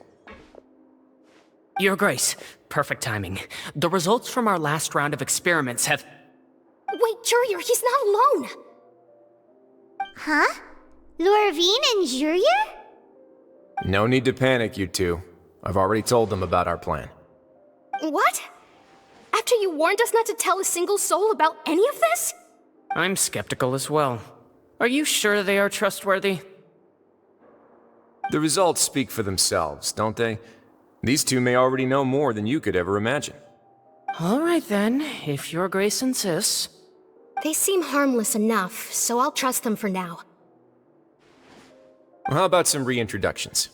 This is Jurier, one of the highest-ranked researchers from the Fontaine Research Institute. He used to work under Edwin. I trust that you've heard of Edwin? He's the one who blew the whole institute sky high. Everyone knew he was a bit crooked in the head, but you're not local, so I guess it's possible for you not to have heard of him. Edwin's main areas of research were archium and gravimeters. As his assistant, Jurier is quite familiar with them as well. I hired him to be my technical consultant. You want to blow up the fortress of Meripede? Ah, what a lovely idea. I'm already imagining it in my head. Gotta admit, I'm tempted as well. Guys, focus! Focus! That taskmaster over there is Miss Lorvine, and is also one of my technical consultants. While Jurier used to be Edwin's assistant, she used to be Jurier's assistant. Ooh, are they together? See, everyone keeps asking this question. Are you too sure you're not a couple and just using your work as a convenient cover? Your Grace, I am not in a relationship with this man. If I dated her, I'd officially be madder than Edwin. Jeez, forget I said anything then. Follow me. Whoa, there's another door that goes right up. Your constant amazement makes it seem like the fortress can do anything. But Paimon really thinks everything's super cool.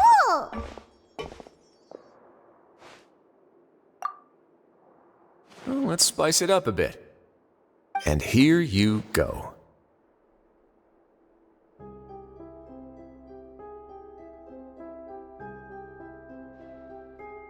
What a huge ship! This is also a production zone that Paimon's never seen before. What's going on? How much do you know about Fontainian history? Not much at all. Well, then maybe you haven't heard the story of ancient Lemuria. To give you a quick rundown, Fontaine used to be ruled by the Lemurian dynasty. According to legend, the Lemurian king Remus came to this land after being inspired by divine revelation and found the seer Sibila, who had taken on the form of a golden bee. Taking the golden bee with him and riding on a huge ship, the Fortuna, he created his nation above the surging waves. He called his nation Lemuria and used the Fortuna to incessantly search for new tribes and islands, calling on them to join his empire. There's a ship in this story too? Where there's water, there'll be ships. People believe that hope can always be found at the end of a voyage. Do you believe that too? To a point, I think. As you've already seen, I have a whole factory's worth of labor, materials, and technology at my disposal. Certainly can't hurt to give it a try. So the moment I began to speculate that the primordial sea might lie underneath the gate, I also began this project. Were you inspired by the legendary Fortuna? Maybe. Fontainians need something to hold on to cope with the impending disaster. Were the workers to find out the truth behind this ship, riots would destroy the fortress faster than any catastrophe. As the fortress's administrator, I'd never make such a reckless call. All right, that's enough talking for now. I'll need another 3 cups of tea to soothe my throat. Do you have any other questions? Seems like you're good. Come on, I'll take you back.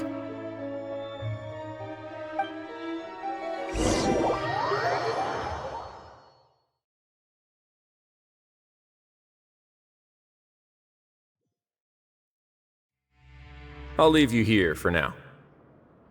Oh, thank you so much. No worries. But don't forget, it's up to you whether or not you want to share what you just saw. What you do from here on out will likely affect those 3 as well.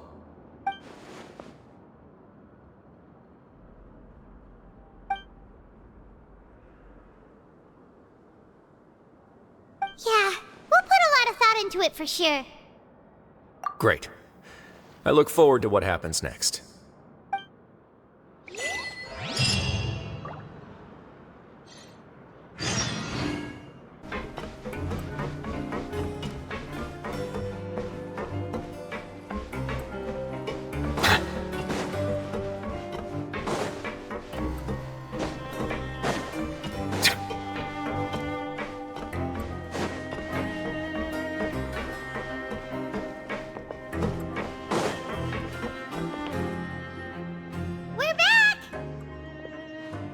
Welcome back.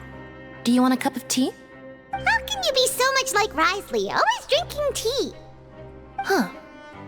Actually, now that you mention it, I just remembered something now. While I was sedated, I could still barely hear two people talking next to me. They were discussing everything, from the leaves to the water and even the teacups themselves. Must have been Wriothesley and Sejuin. Yeah, I heard one male voice and one female, so it should have been the two of them. They really were just talking about brewing tea. I really can't make sense of this place. So, Traveler, Paimon, were you able to learn anything from Wriothesley? Yeah, he explained everything. Very well. Then, would you mind checking your answers against my speculations? Yeah, I took the time to rest, so I'm feeling a lot more relaxed now. Nobody else is around, and Miss Sejuin is also busy with something or other, so let's just talk here. All right, then I'll posit my theories. I asked myself 3 questions. Firstly, why was Fremine affected by the primordial seawater? It was because he dove into the sea. My theory is, the long-lost primordial sea is probably very close to the fortress of Mirapede. Ooh, he's good. He got that right on the first try. That's our Lenny. Secondly, Wriothesley's attitude changed dramatically during the course of our stay here. He ignored us completely at first, then suddenly roadblocked us. Why? I spent quite a long time thinking about this. If he has been monitoring the Fatui since the very beginning, he probably ignored us at first because he was hoping we could find Master Child for him. What's more, the Fortress of Mirapede is not part of Fontaine's court system, nor does it report to Udex Nervulet. Wriothesley is basically the king of a no-man's land. As long as the fortress doesn't do anything about Master Child's disappearance, Father can use it to pressure the Fontaine authorities. And while the two factions are pitted against each other, Wriothesley will be free to move between the parties of interest. If I had to guess, he probably has something that he's working on himself. It's likely related to the secret of the infirmary, but I just can't think of what it could be. You're super smart. Thanks so much. Then finally, there's the last question. If Wriothesley does have a plan, what could it be? All I know for now is that his plan probably has something to do with the changing nature of the seawater. He's even gotten Cloran to help him out. That can't be the full extent of what he's doing. There's probably a secret passageway behind the block in the infirmary, and there's something big in the fortress that most people here never get to see. He has a bargaining chip, and it could be important enough for Father to deal with him directly. I don't have enough information, so I have no idea what his chip might be. But let me guess. You have the last piece of the puzzle.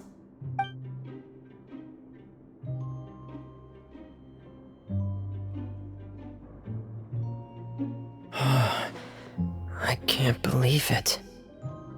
The sea will engulf everyone, just like the prophecy said.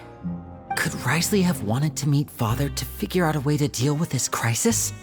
If you remember, I once mentioned that Father sees the House of the Hearth as her base of operations, and she truly wants to resolve the crisis. But how could Wriothesley have known that? Or perhaps he didn't know, and just wanted to bring Father over to his side?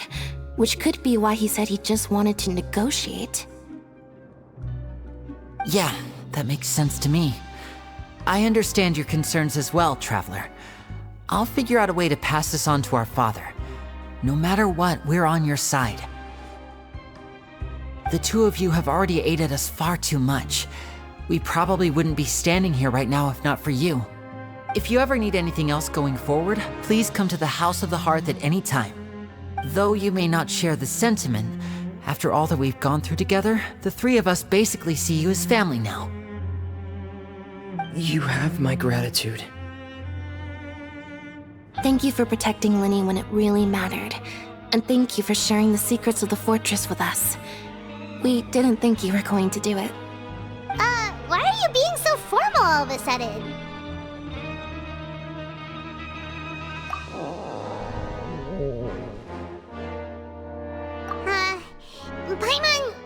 Paimon's hungry. Oh, you've done so much already. Go get some food. Alright, then we'll catch you guys another time.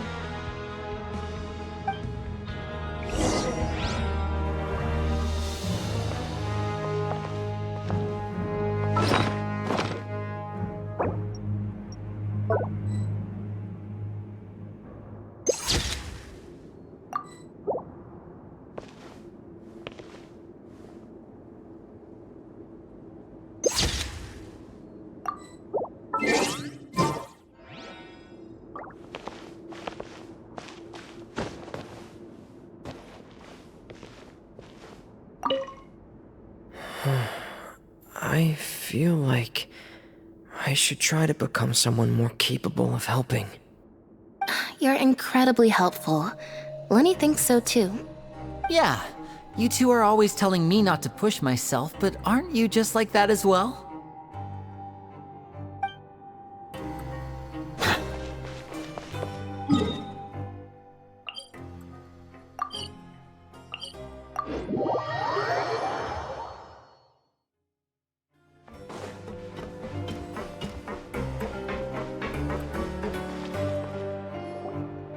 It's time for dinner.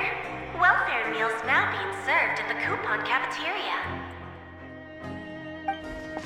Come on, let's go pick up ours as well. Traveler and Paimon, over here. Are you here for dinner too, Miss Sijween?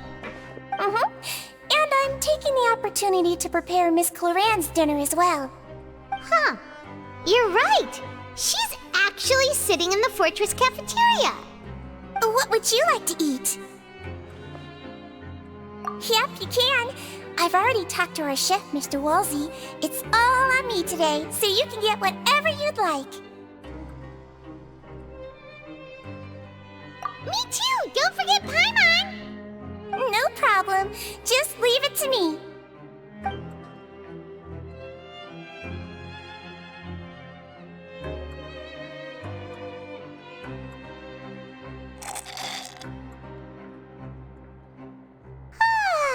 So delicious.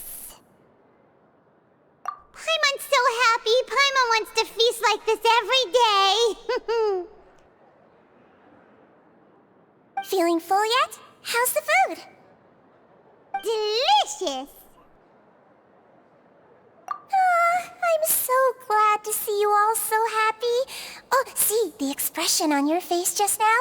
The muscle here just moved, which suggests that you're feeling quite relaxed at the moment. Sijween, do you do this to help your patients or to better understand human beings? A bit of both, I suppose. I'm a Melazine, which means I'm very different from human beings. I must know what you're thinking if I want to take good care of you. You're really good at taking care of people. Even though you're so short, you still talk and act like an older sister. Really? You're reminded of an older sister? That's great to hear. Oh, and what did you mean back in Wriothesley's office? When you said that you were protecting Linny and his siblings as well? Oh, that. I just asked His Grace to look out for those children, especially that diver boy. I was getting a bit worried after hearing that something was wrong with the water. Thankfully, Cloran is very strong and managed to save him in the nick of time. His Grace also sealed the pipes after Cloran left, to make sure that Linne wouldn't impulsively chase after his brother. Although the path was blocked, we still stationed some guards there to stop anyone from approaching. They were instructed to only open the door once Miss Clorand had returned. Oh, and I was keeping an eye on Mr. Linne as well. We had to press him, but we couldn't allow him to be in any real danger. You were all super considerate and really thought everything through. It's just what we do down here at the fortress. At least this has been His Grace's style for as long as he's been the leader. Oh, I really wish Monsieur Nervula would come down here more often too. I feel like he'd like it here, with all the darkness and chaos.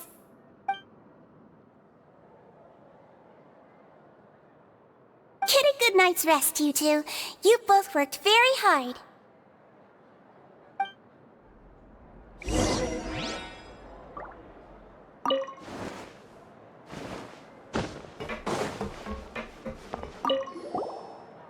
Clorand! Ah, it's you two. How's dinner? It's all right. Miss Sigewin really put in a lot of effort. So we heard that Wriothesley invited you to come down to help, and you saved Fremonade too! You sure work super fast! Oh, it was child's play. Still, Paimon didn't know even champion duelists could take on side jobs. Oh, and why aren't you eating with Sigewin and the Duke? Won't you get bored eating by yourself? Miss Sigewin was with you, and the Duke has business of his own. Actually, didn't Navia say that you went out for dinner with her as well? Yeah. First time in a long time. First time in a long time? So you mean you've gone out to dinner with her in the past? In the past, yes.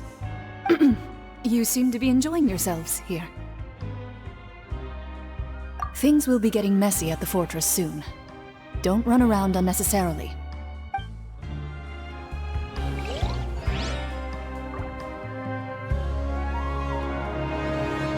Silence!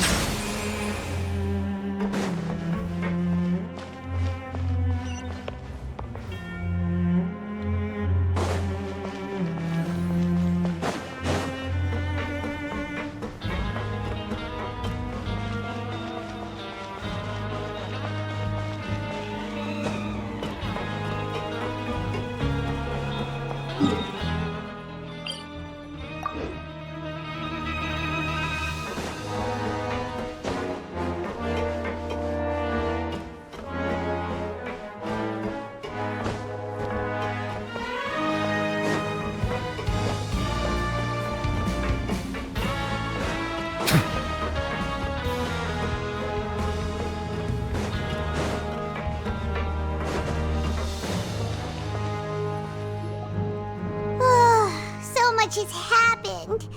Paimon just feels absolutely exhausted now that she's finally relaxed. Paimon's super sleepy. Are you sleepy too?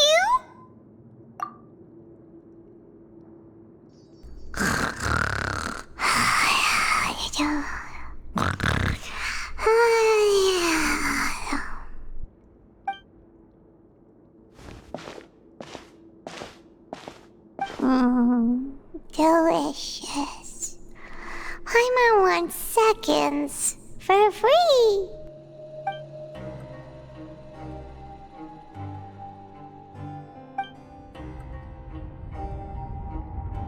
Out of my way! Get out of my way! What happened? Why is everyone running? No idea, but something must have happened. Stop asking!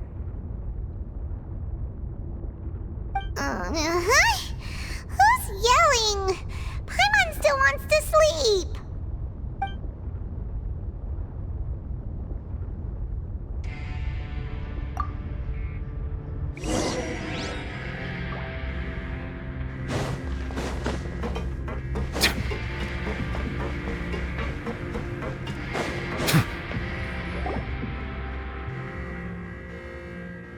What happened?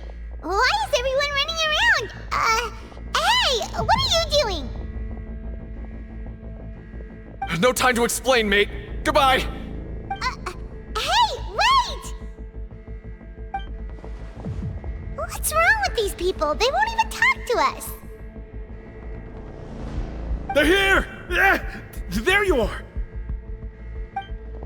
Oh, thank goodness! Quisto and Lavaroon, do you know what happened here? We came here especially to inform you. Something seems to have gone terribly wrong just now.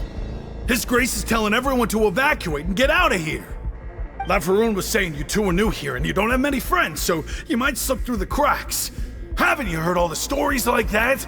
An evacuation is successfully completed, yet you only find out once you do a head count that 1 or 2 people are missing. Wait, weren't you the one who brought that up? Why is it suddenly my idea? Hey, shut up! Okay, whatever. The point is, you should come with us. Yeah, he said to get as far away as possible, upwards and outwards.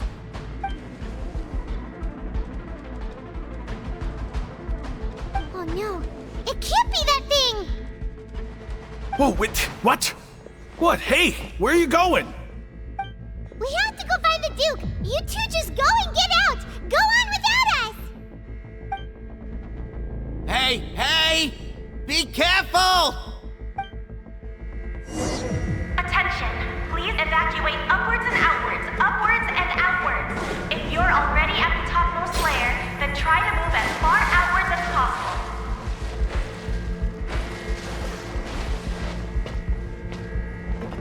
Attention, please evacuate upwards and outwards, upwards and outwards. If you're already at the topmost layer, then try to move as far outwards as possible.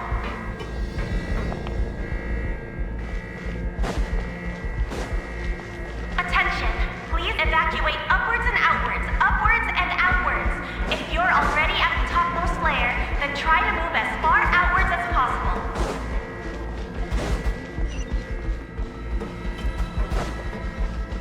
Attention, please evacuate upwards and outwards, upwards and outwards. If you're already at the topmost layer, then try to move as far outwards as possible.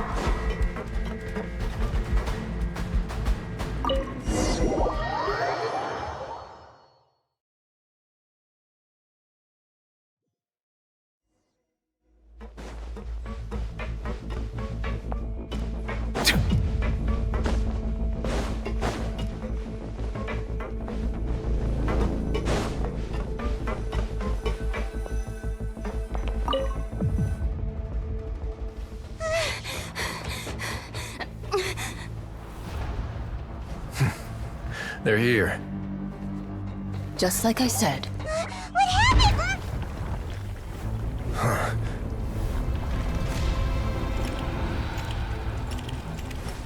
You're just in time. But be ready to run.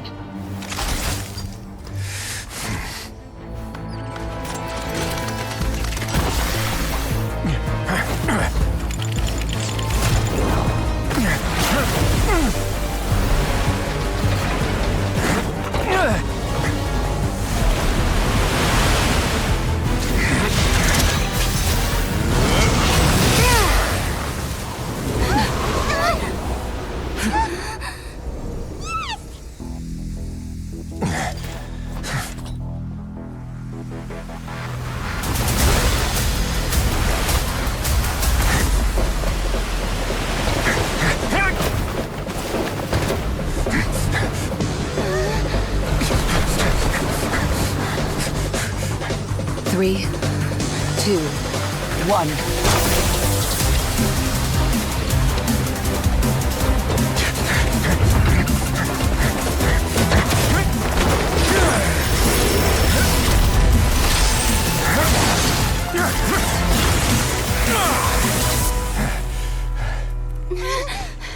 This won't hold it for long. Find Neuvillette. Tell him the defenses are about to collapse. Then what will happen to you?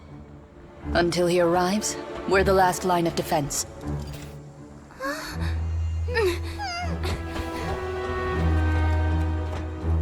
The gate. How long do you think it'll hold? That depends on us.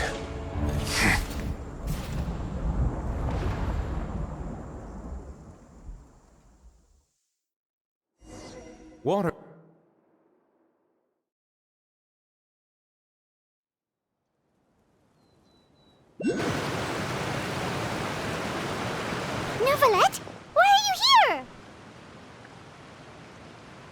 Traveler, I need you to head to the Opera House immediately. Farina will soon be meeting with the knave there. You must protect Farina, and make sure she doesn't spend too much time alone with her. Will do. You have my sincerest gratitude.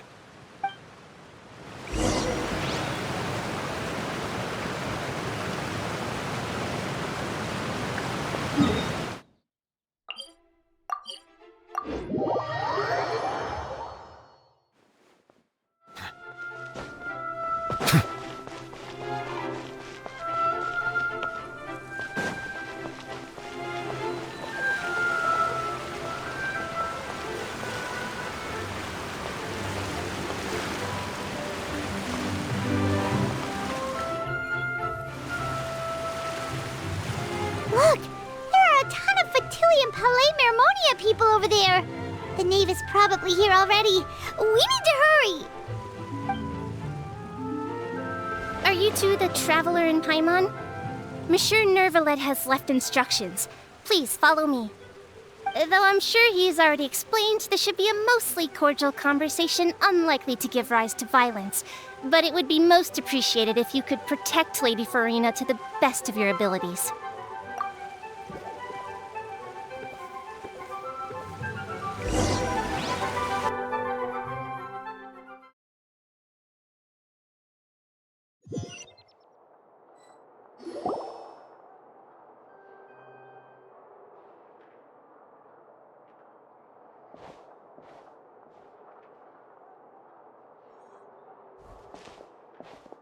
Oh, so you two are the honored guests Miss Farina mentioned.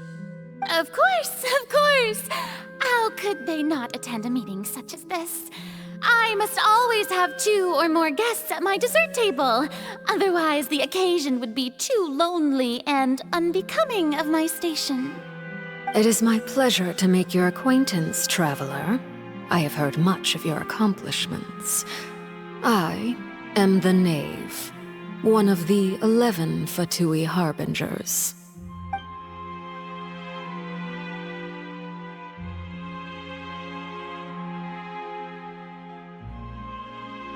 I've already prepared seats for you. Come, sit beside me. Perhaps you two are unaware of how Miss Farina and I do things.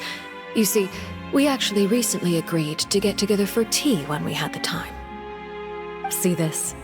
This is a limited type of confectionery that Miss Farina simply adores. There are only 16 slices sold every day.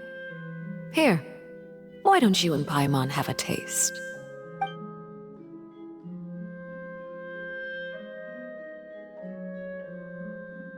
Traveler, what do you think of this cake?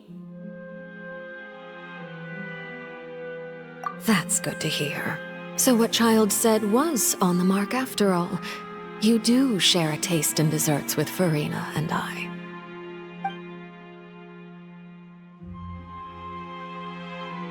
I wonder how he's doing nowadays. You must have heard, right? He's suddenly gone missing. I'm really worried about his safety, you know. Here's to hoping that he's an excellent swimmer.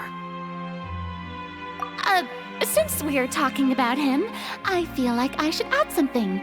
His martial prowess really looked certainly pretty impressive, yeah.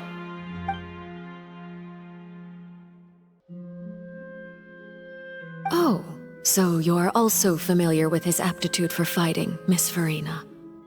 Oh, right. I almost forgot. Child was subdued by Udex Neuvillette right in front of you. Against ordinary people, my colleague would never be on the back foot. But alas, he just never imagined he'd run into such a person. I must express my admiration for Monsieur Neuvillette. Coming from you, that's not surprising at all. But I thought you would be happier to hear the news. Of course, but it's still a bit of a shame. You see, I would have been far happier had I received this news somewhat earlier.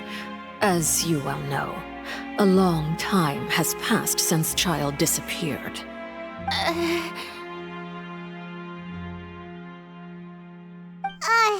Well, need to worry. We know for sure that child is still alive. Oh. And just how do you know that? Because we found evidence that proved he left the Fortress of Mirapede. And where did he go after leaving the fortress? Well...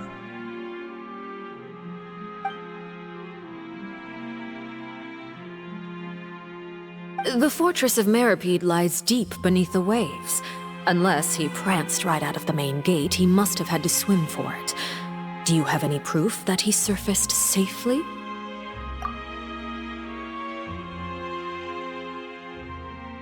Ah, that is good news at least. His sister Tonya sent a letter to Fontaine not too long ago. Since he was unfortunately unavailable, I picked it up on his behalf. Do you have any idea how he usually writes back to his family? Dear Tonya, your letter made me feel like we were still enjoying our time in Snezhnaya together. I'm currently admiring the scenery on the streets in front of the opera house. Is it something like that?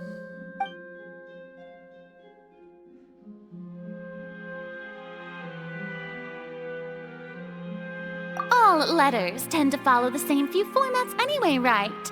As long as the contents are accurate, it doesn't matter so much how it's written or how it's worded.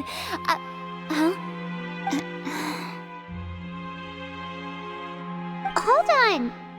The water in the teacup is shaking. I suppose this is also a sign of things to come, Miss Farina. I don't quite understand what you're trying to say. Have we entered into the next stage of the prophecy?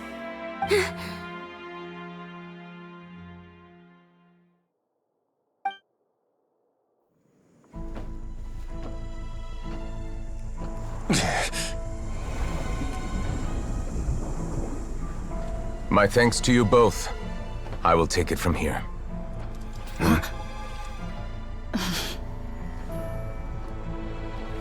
Sure you don't need a hand? Quite sure. Wow. So, what's your secret, huh? Let me guess. Nah, who knows? Maybe it's just your sense of responsibility. Sounds about right.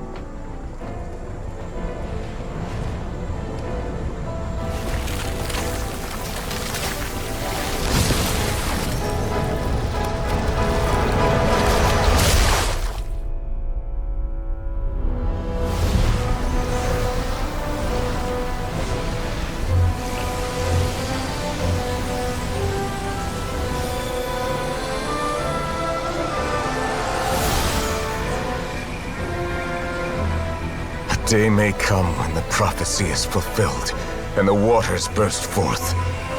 But it is not this day! This ancient power could easily obliterate an entire race. A tsunami of fury would unleash endless catastrophe.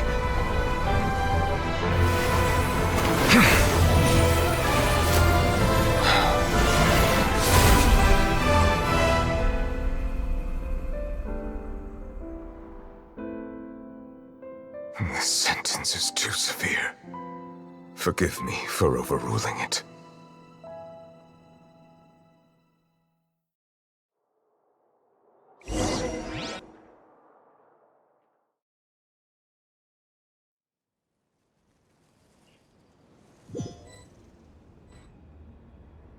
All right.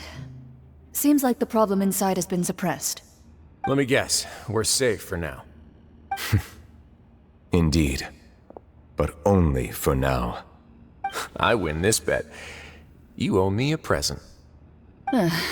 Very well. It was indeed just as you said. You made a bet? We made a bet on the size of your entourage. Cloran thought you wouldn't come down by yourself. I figured you would have at least brought a few people along for appearance's sake. It appears I underestimated just how confidential the mission was. Shouldn't you have gotten used to confidential missions by now? That's just how the courts operate. So what gift must the loser give? Tea? He already has tons of tea in his office. I'm thinking about a set of legal codices. That wouldn't happen to be a dig at my lack of legal awareness, would it? Well, I'm sure His Grace doesn't consider the fortress to be outside the law. I was under the impression the residents of a place like this would be uninterested in the legal codices. That was obviously a joke. Anyway, you've still got some unfinished business to attend to in the overworld, correct? No need to stay here if you have a pressing matter. We all know you can't leave Palais Mermonia for long. Thank you. I hope everything went smoothly with the Fatui Harbinger.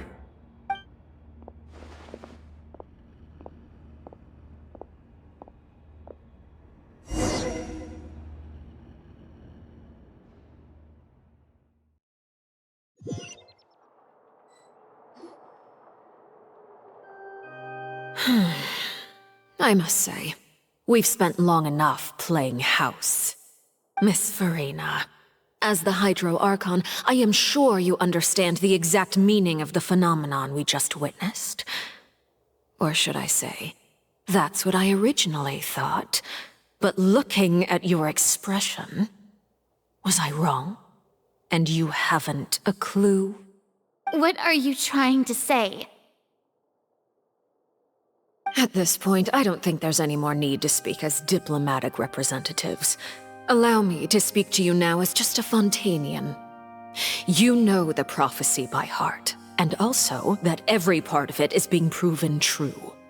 Yet, here you are relaxing, drinking tea, and eating desserts as if it's all nothing more than a few stray bugs in your garden.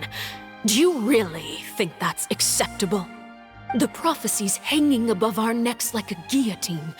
Every faction is looking for a way to either avert the disaster or save their own. Even the orphans of the House of the Hearth have devoted everything to saving their homeland. But you, it beggars belief just how nonchalant and carefree you have been. From the very beginning, you, the god Focalor, you have utterly failed to take action. You're wrong. I've never ignored the prophecy, nor have I just been passing the time in self-indulgence. Retract your accusation and stop doubting the wisdom of the gods with such absurd conjectures! I am not alone in my doubts, you know. All the children of Fontaine may be harboring the exact same thoughts right now. Oh, great Hydro Archon. How are you going to save them? Save us? How are the people you've sworn to protect supposed to survive in a land that will soon disappear beneath the waves? I have my ways, and I've been working on them for all this time. Even if you look down upon me, you have no right to judge me. Fontaine will be saved. Even if I still cannot see the true future right now, as long as I continue on as I am, I will be able to hold my head up high!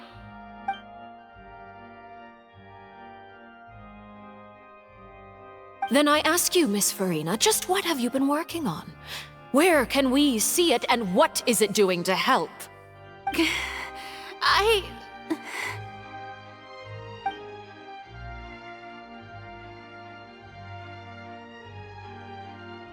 My machinations are just like the prophecy itself. They will only reveal themselves at the fated time. It is just that beings like yourselves are unable to perceive them as of yet.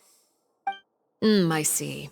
As a god, the proof of your labor always lies beyond prying mortal eyes.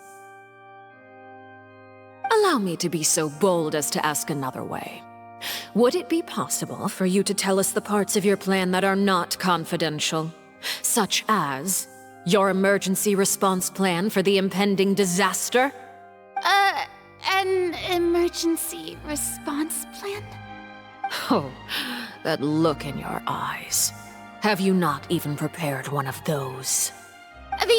The emergency response plan is also strictly confidential. Then allow me to jog your memory. Miss Farina, what is the purpose of your oratrice mécanique d'analyse, Cardinal? And what do you plan to do with the massive amounts of indemnitium that has accumulated over the years? The oratrice? It's just like it appears to be. So you also have no idea. If I'm not mistaken, someone's using it to prepare for something. But unfortunately, it would seem that someone is not you, Miss Farina. I first caught wind of this when Linny tried to investigate the oratrice in the Opera House.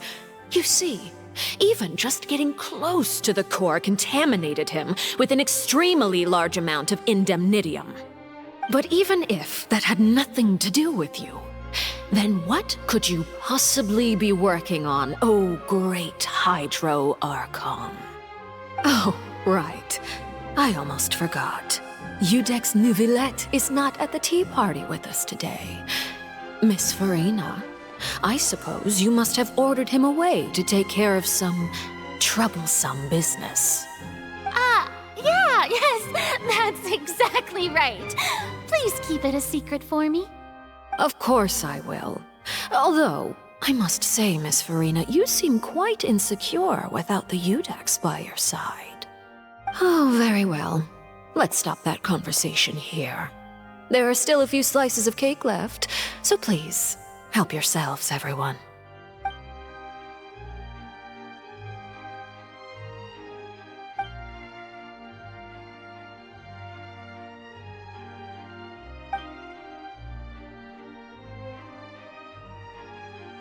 Traveler, I heard that you were recently commissioned to handle a few matters on behalf of the Udex. Why don't you take an extra slice of cake? Those who work hard deserve gratitude and praise. You too, Paimon. Thank you. Paimon will take you up on that offer.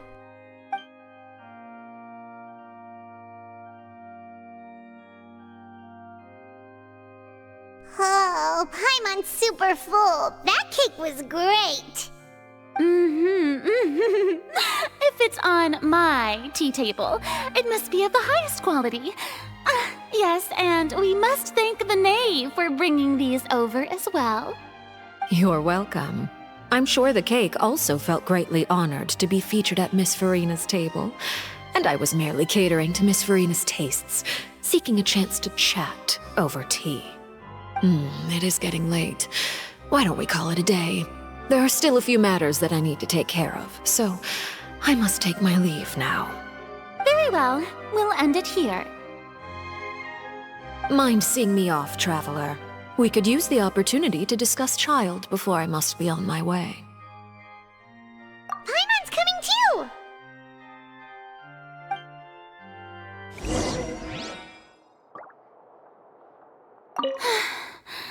The tea party turned out to be even more difficult than I'd imagined.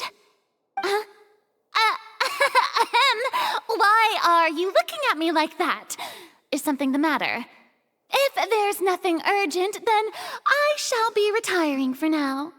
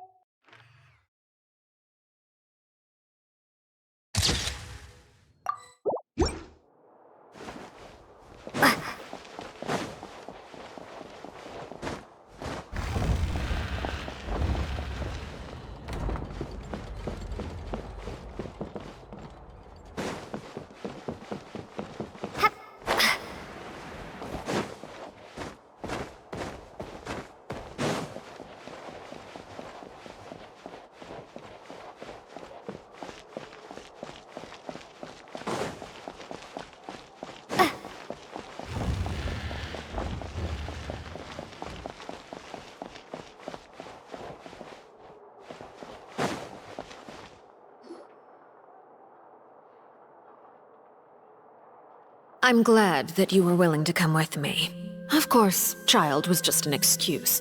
I have no interest in your dealings with him. That's what Paimon thought.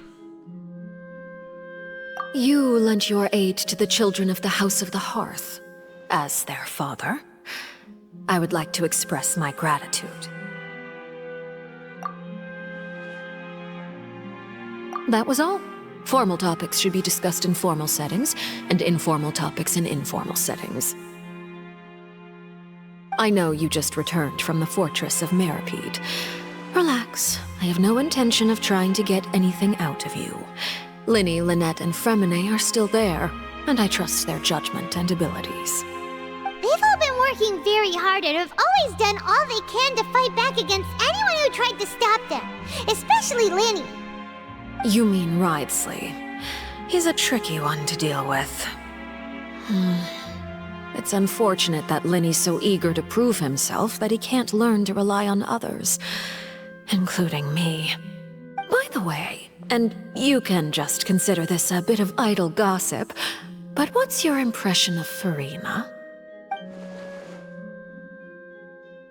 You are outside of our disputes, and the freest person in all of Fontaine, able to move around most easily. Allow me to share my perspective with you. And that's everything that happened during the trial. Master Child was declared guilty and immediately transported to the Fortress of Meripede. Didn't he say he was coming here on vacation? Does he not feel an ounce of shame for all the trouble he has caused?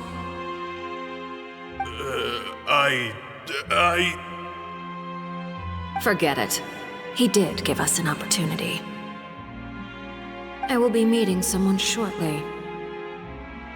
Do you require help with any preparations? No need. I will take care of it myself. I need to meet with Furina, the Hydro Archon. She is at the heart of Fontaine. But what's fascinating about her is that she often seems more like a celebrity than a working Archon. Oh? Come over here, you little critter, you!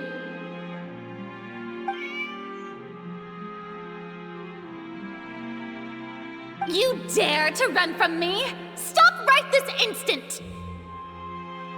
My goal is just to discover the location of the Gnosis. But I didn't expect the chance to approach Furina to be handed to me on a silver platter.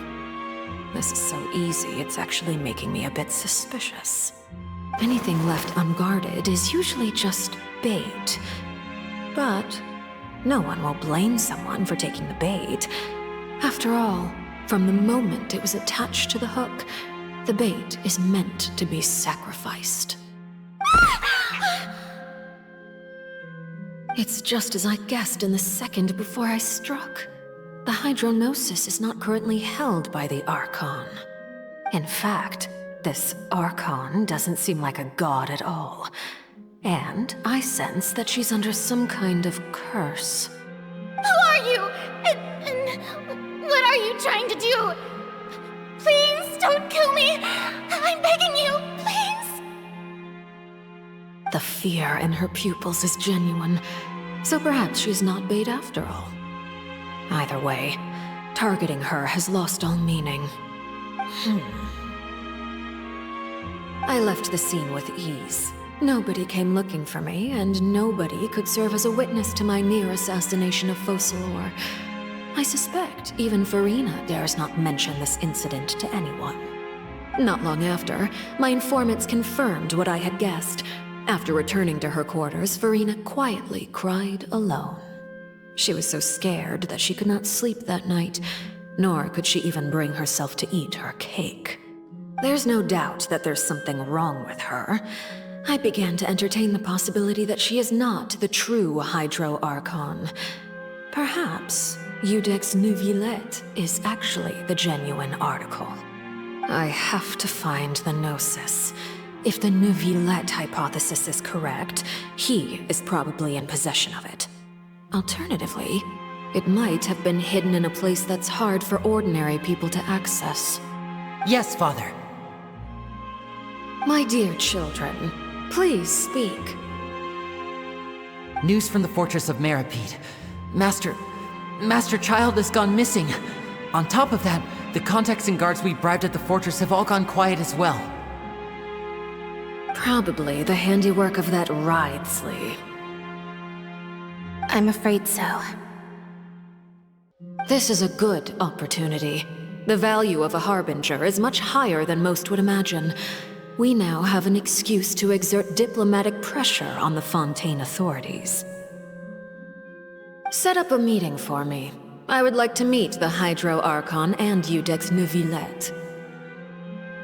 Oh, and I have an additional mission for you three. Yes, Father. Tartaglia's disappearance was not a part of my plan, but I can use it to make a breakthrough.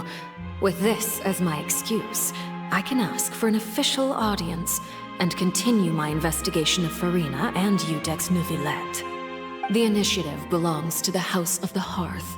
My wish to investigate the fortress of Meropide will be a front. Lenny and his group will be responsible for the actual intelligence gathering.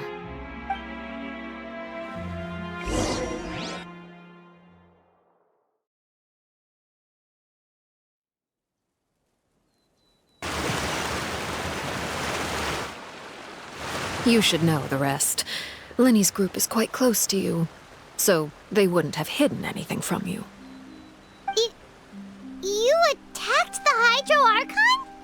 It wouldn't mean anything, even if you shouted it from the rooftops.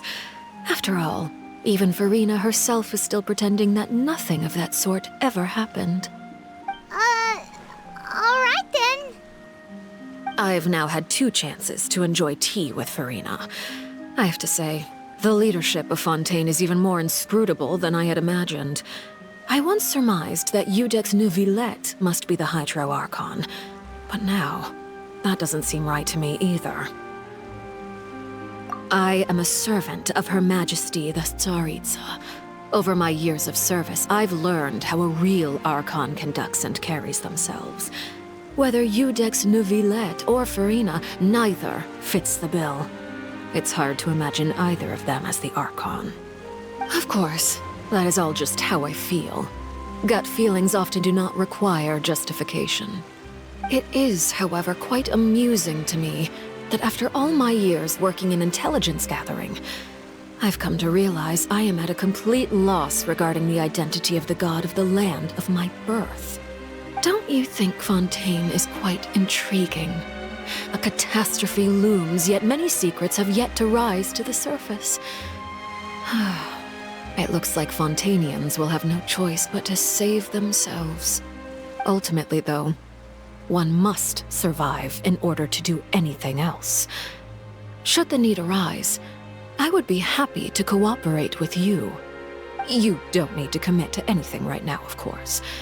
I have a feeling that the situation will continue to evolve, and as your name is often connected with noble deeds, I'm sure we will work together someday. He certainly returned quickly. You must want to catch up with each other, so I'll leave you to him.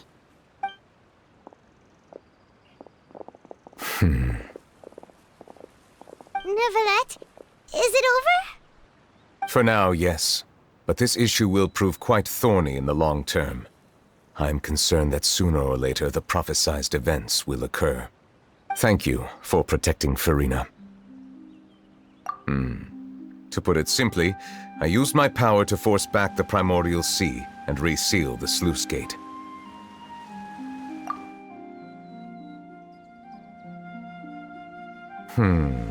So as expected, the knave has turned up the pressure on Farina. She's trying to feel her out, though I'm still unsure as to her motives. Permission granted.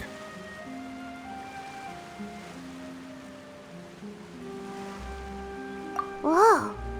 It can't be that you're the real Hydro Archon, right? But that's just a speculation on our part, though. You can't tell us? Then that's okay. We can talk about something else. We won't try to force you. You guys in Fontaine are super strange. If by the phrase, you guys, you are referring to Farina and I, then although I'm not sure just what you are trying to imply, I must clarify that I do not share her positions on a multitude of topics. I believe so. The fortress has a long and complex history. It has seen much grief and suffering. And now, another catastrophe will soon be upon us. I mourn this turn of events. Huh? Why is it raining all of a sudden?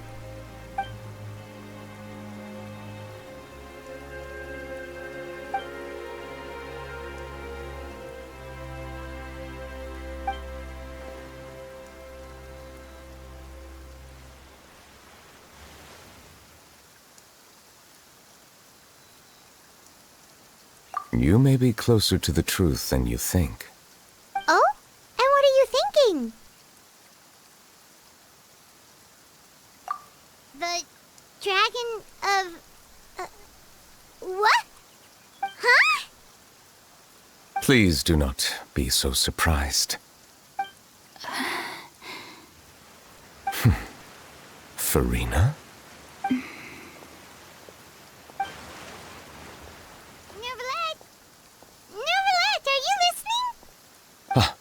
My apologies. We were just guessing randomly. We didn't guess right, did we? You're not actually the dragon sovereign of water, right? Well, if you don't want to confirm or deny... You guessed correctly. I sincerely hope you'll be able to keep this a secret for me. Right, of course. We'll definitely help you keep it a secret. There's still something Paimon wants to ask you, though. Please, go ahead.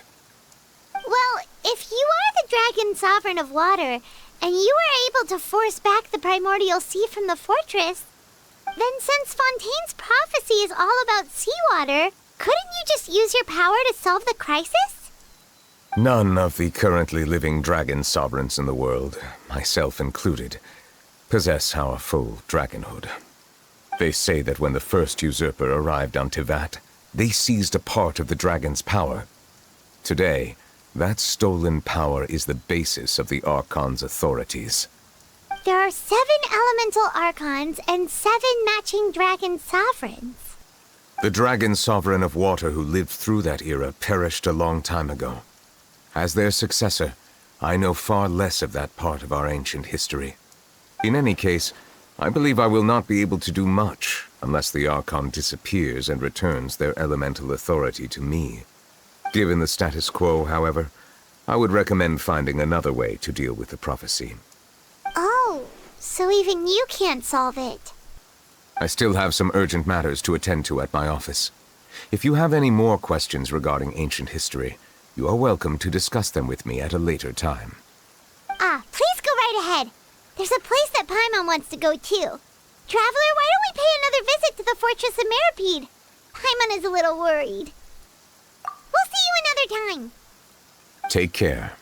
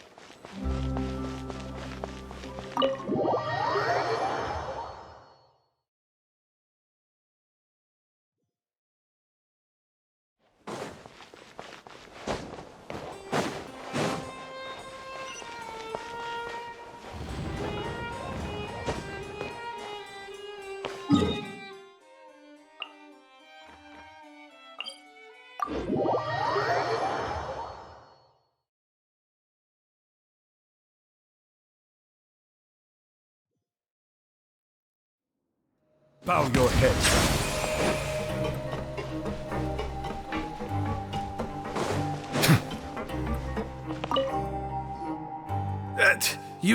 You guys are back?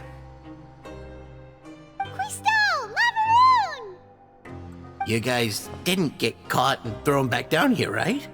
Huh? No, not at all. And here I thought you'd managed to escape from jail during all the commotion. I'd held you up as legendary jailbreakers, but now you're telling me you just never left? We're sorry, but we just had some business to take care of. All right. There's no need to get caught up in the details. We're just relieved to see you. He was super worried about you, you know. Hey, it wasn't just me. Weren't you super worried as well? Something like that, yeah. I was also transferred to work in the kitchen a few days ago. I can still hear Quisto mumbling to the carrots. Are those two all right? Do you think they made it out alive? Whenever he'd say that, I'd tell him I'm sure they're fine. Wherever they are, they're kicking back with drinks in hand, enjoying the lovely scenery. Hey, there's nothing wrong with worrying about your prison pals, is there? I mean, considering how they always love listening to all my gossip. These two, they sure are a lot warmer and friendlier than when Paimon first met them.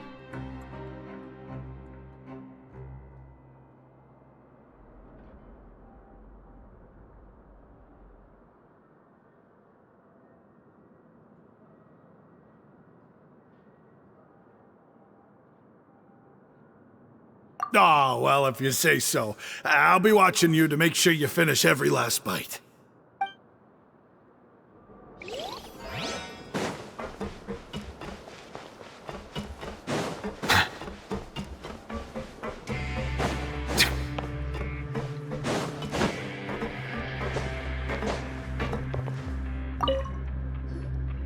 Siegewing!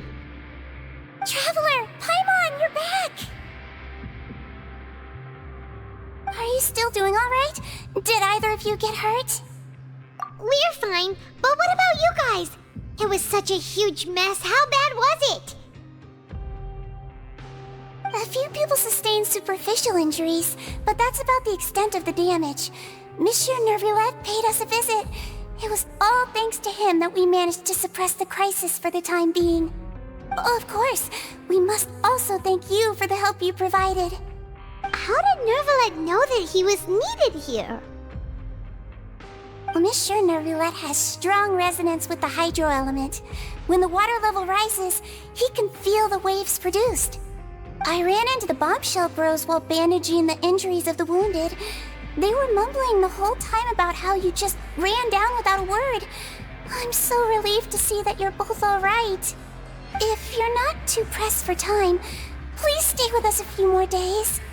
Just let me know if you get a craving for any particular dish, so I can have Mr. Walsey get your meals prepared. Oh, and please feel free to visit the infirmary for a break at any time.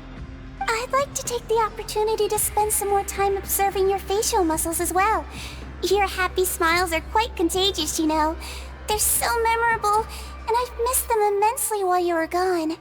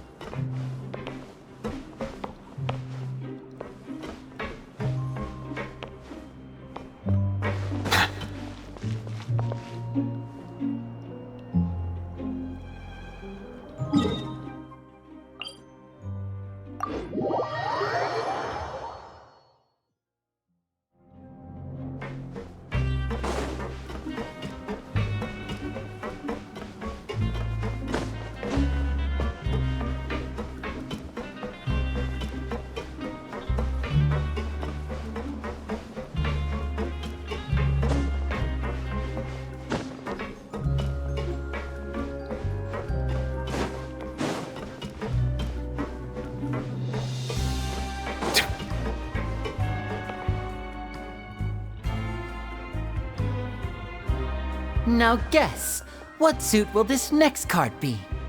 A bare-teeth cat? Well, well, look who it is. Traveler, Paimon. Hello, everyone. Looks like you're recovering nicely from it, eh? Mm-hmm. Thanks to everyone's support.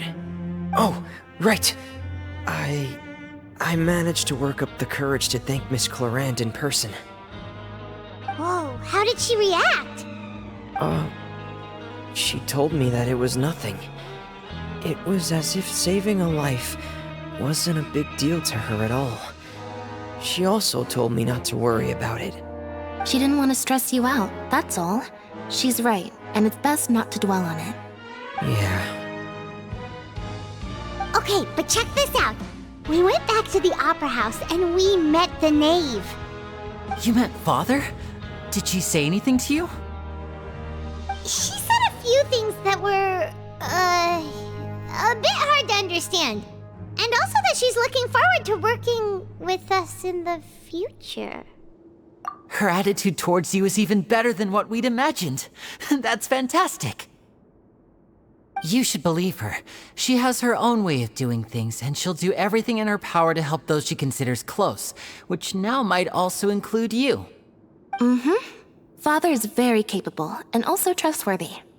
Oh, Paimon just remembered that she thought Lenny was a bit too proud as well. She said that you should learn how to rely on others sometimes. Got it. Huh. That does sound like something that Father would say. Hey!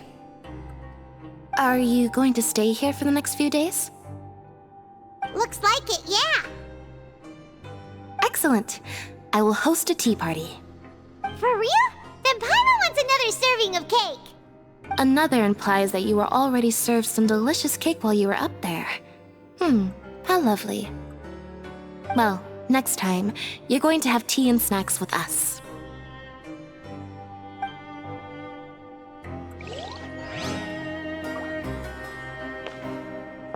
We should start preparing that tea party.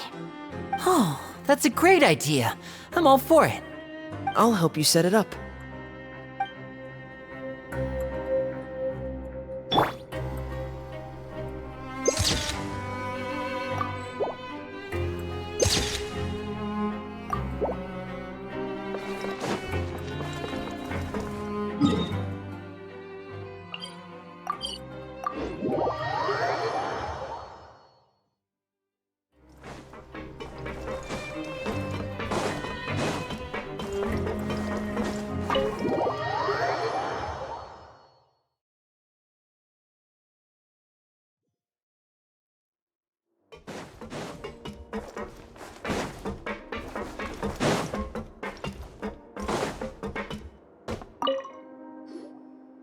Courier, Miss Sijween told me you still haven't eaten.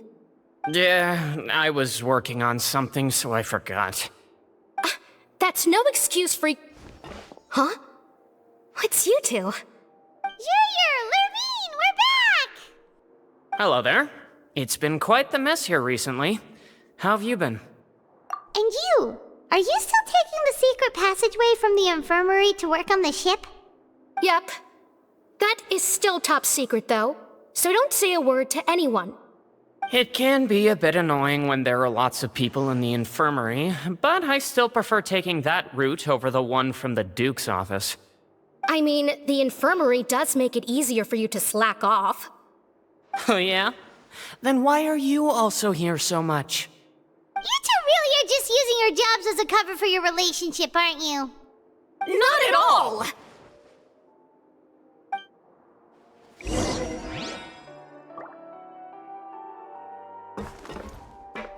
Courier, the rumors about us are literally everywhere now. Please do something about it. But it's not like I caused them by myself. All right. I'll try to do something about it when I can find the time.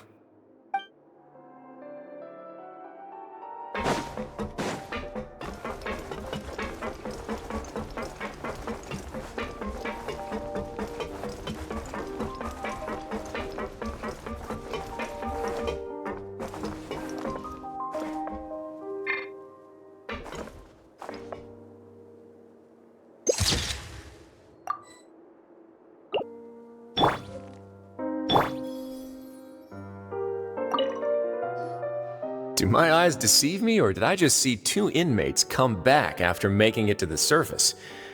Some strange winds blowing of late. We wanted to see how the fortress is doing. Is everything still alright? We're fine, for the most part. Neuvillette came down and took care of the worst of it. If that's the case, why don't you just ask him to stay here? Oh, yeah, what a brilliant plan. Let's go convince the Eudex himself to exchange the courts of Fontaine for a puddle of water in the middle of nowhere. He came here in a hurry and left without even stopping for a cup of tea. He did remember to take Miss Sigewinne's gift with him, though. He sure sounds super busy. Miss Clorinde has left as well. She also took her gift from Miss Sigewinne. Were the gifts milkshakes? Neuvillette got the milkshake. Clorinde received lipstick instead. Those aren't even remotely alike. Well, it's Neuvillette's own fault for making Sigewinne worried about his health by working so much. But besides that, our head nurse is still pretty fond of picking out beauty products for the ladies. Oh, and I have some gifts here for you as well. Are these from Sigewinne too? Nope, they're from yours truly. You've already wrapped up your work at the fortress, so you can return to the surface at any time. You haven't yet served your full prison term, however, so you may continue to use your cell until your term is up. For real? Then we could stay here for a really long time? You may access the cafeteria for free. Hooray! Just remember to come complete your paperwork once it's time for your release.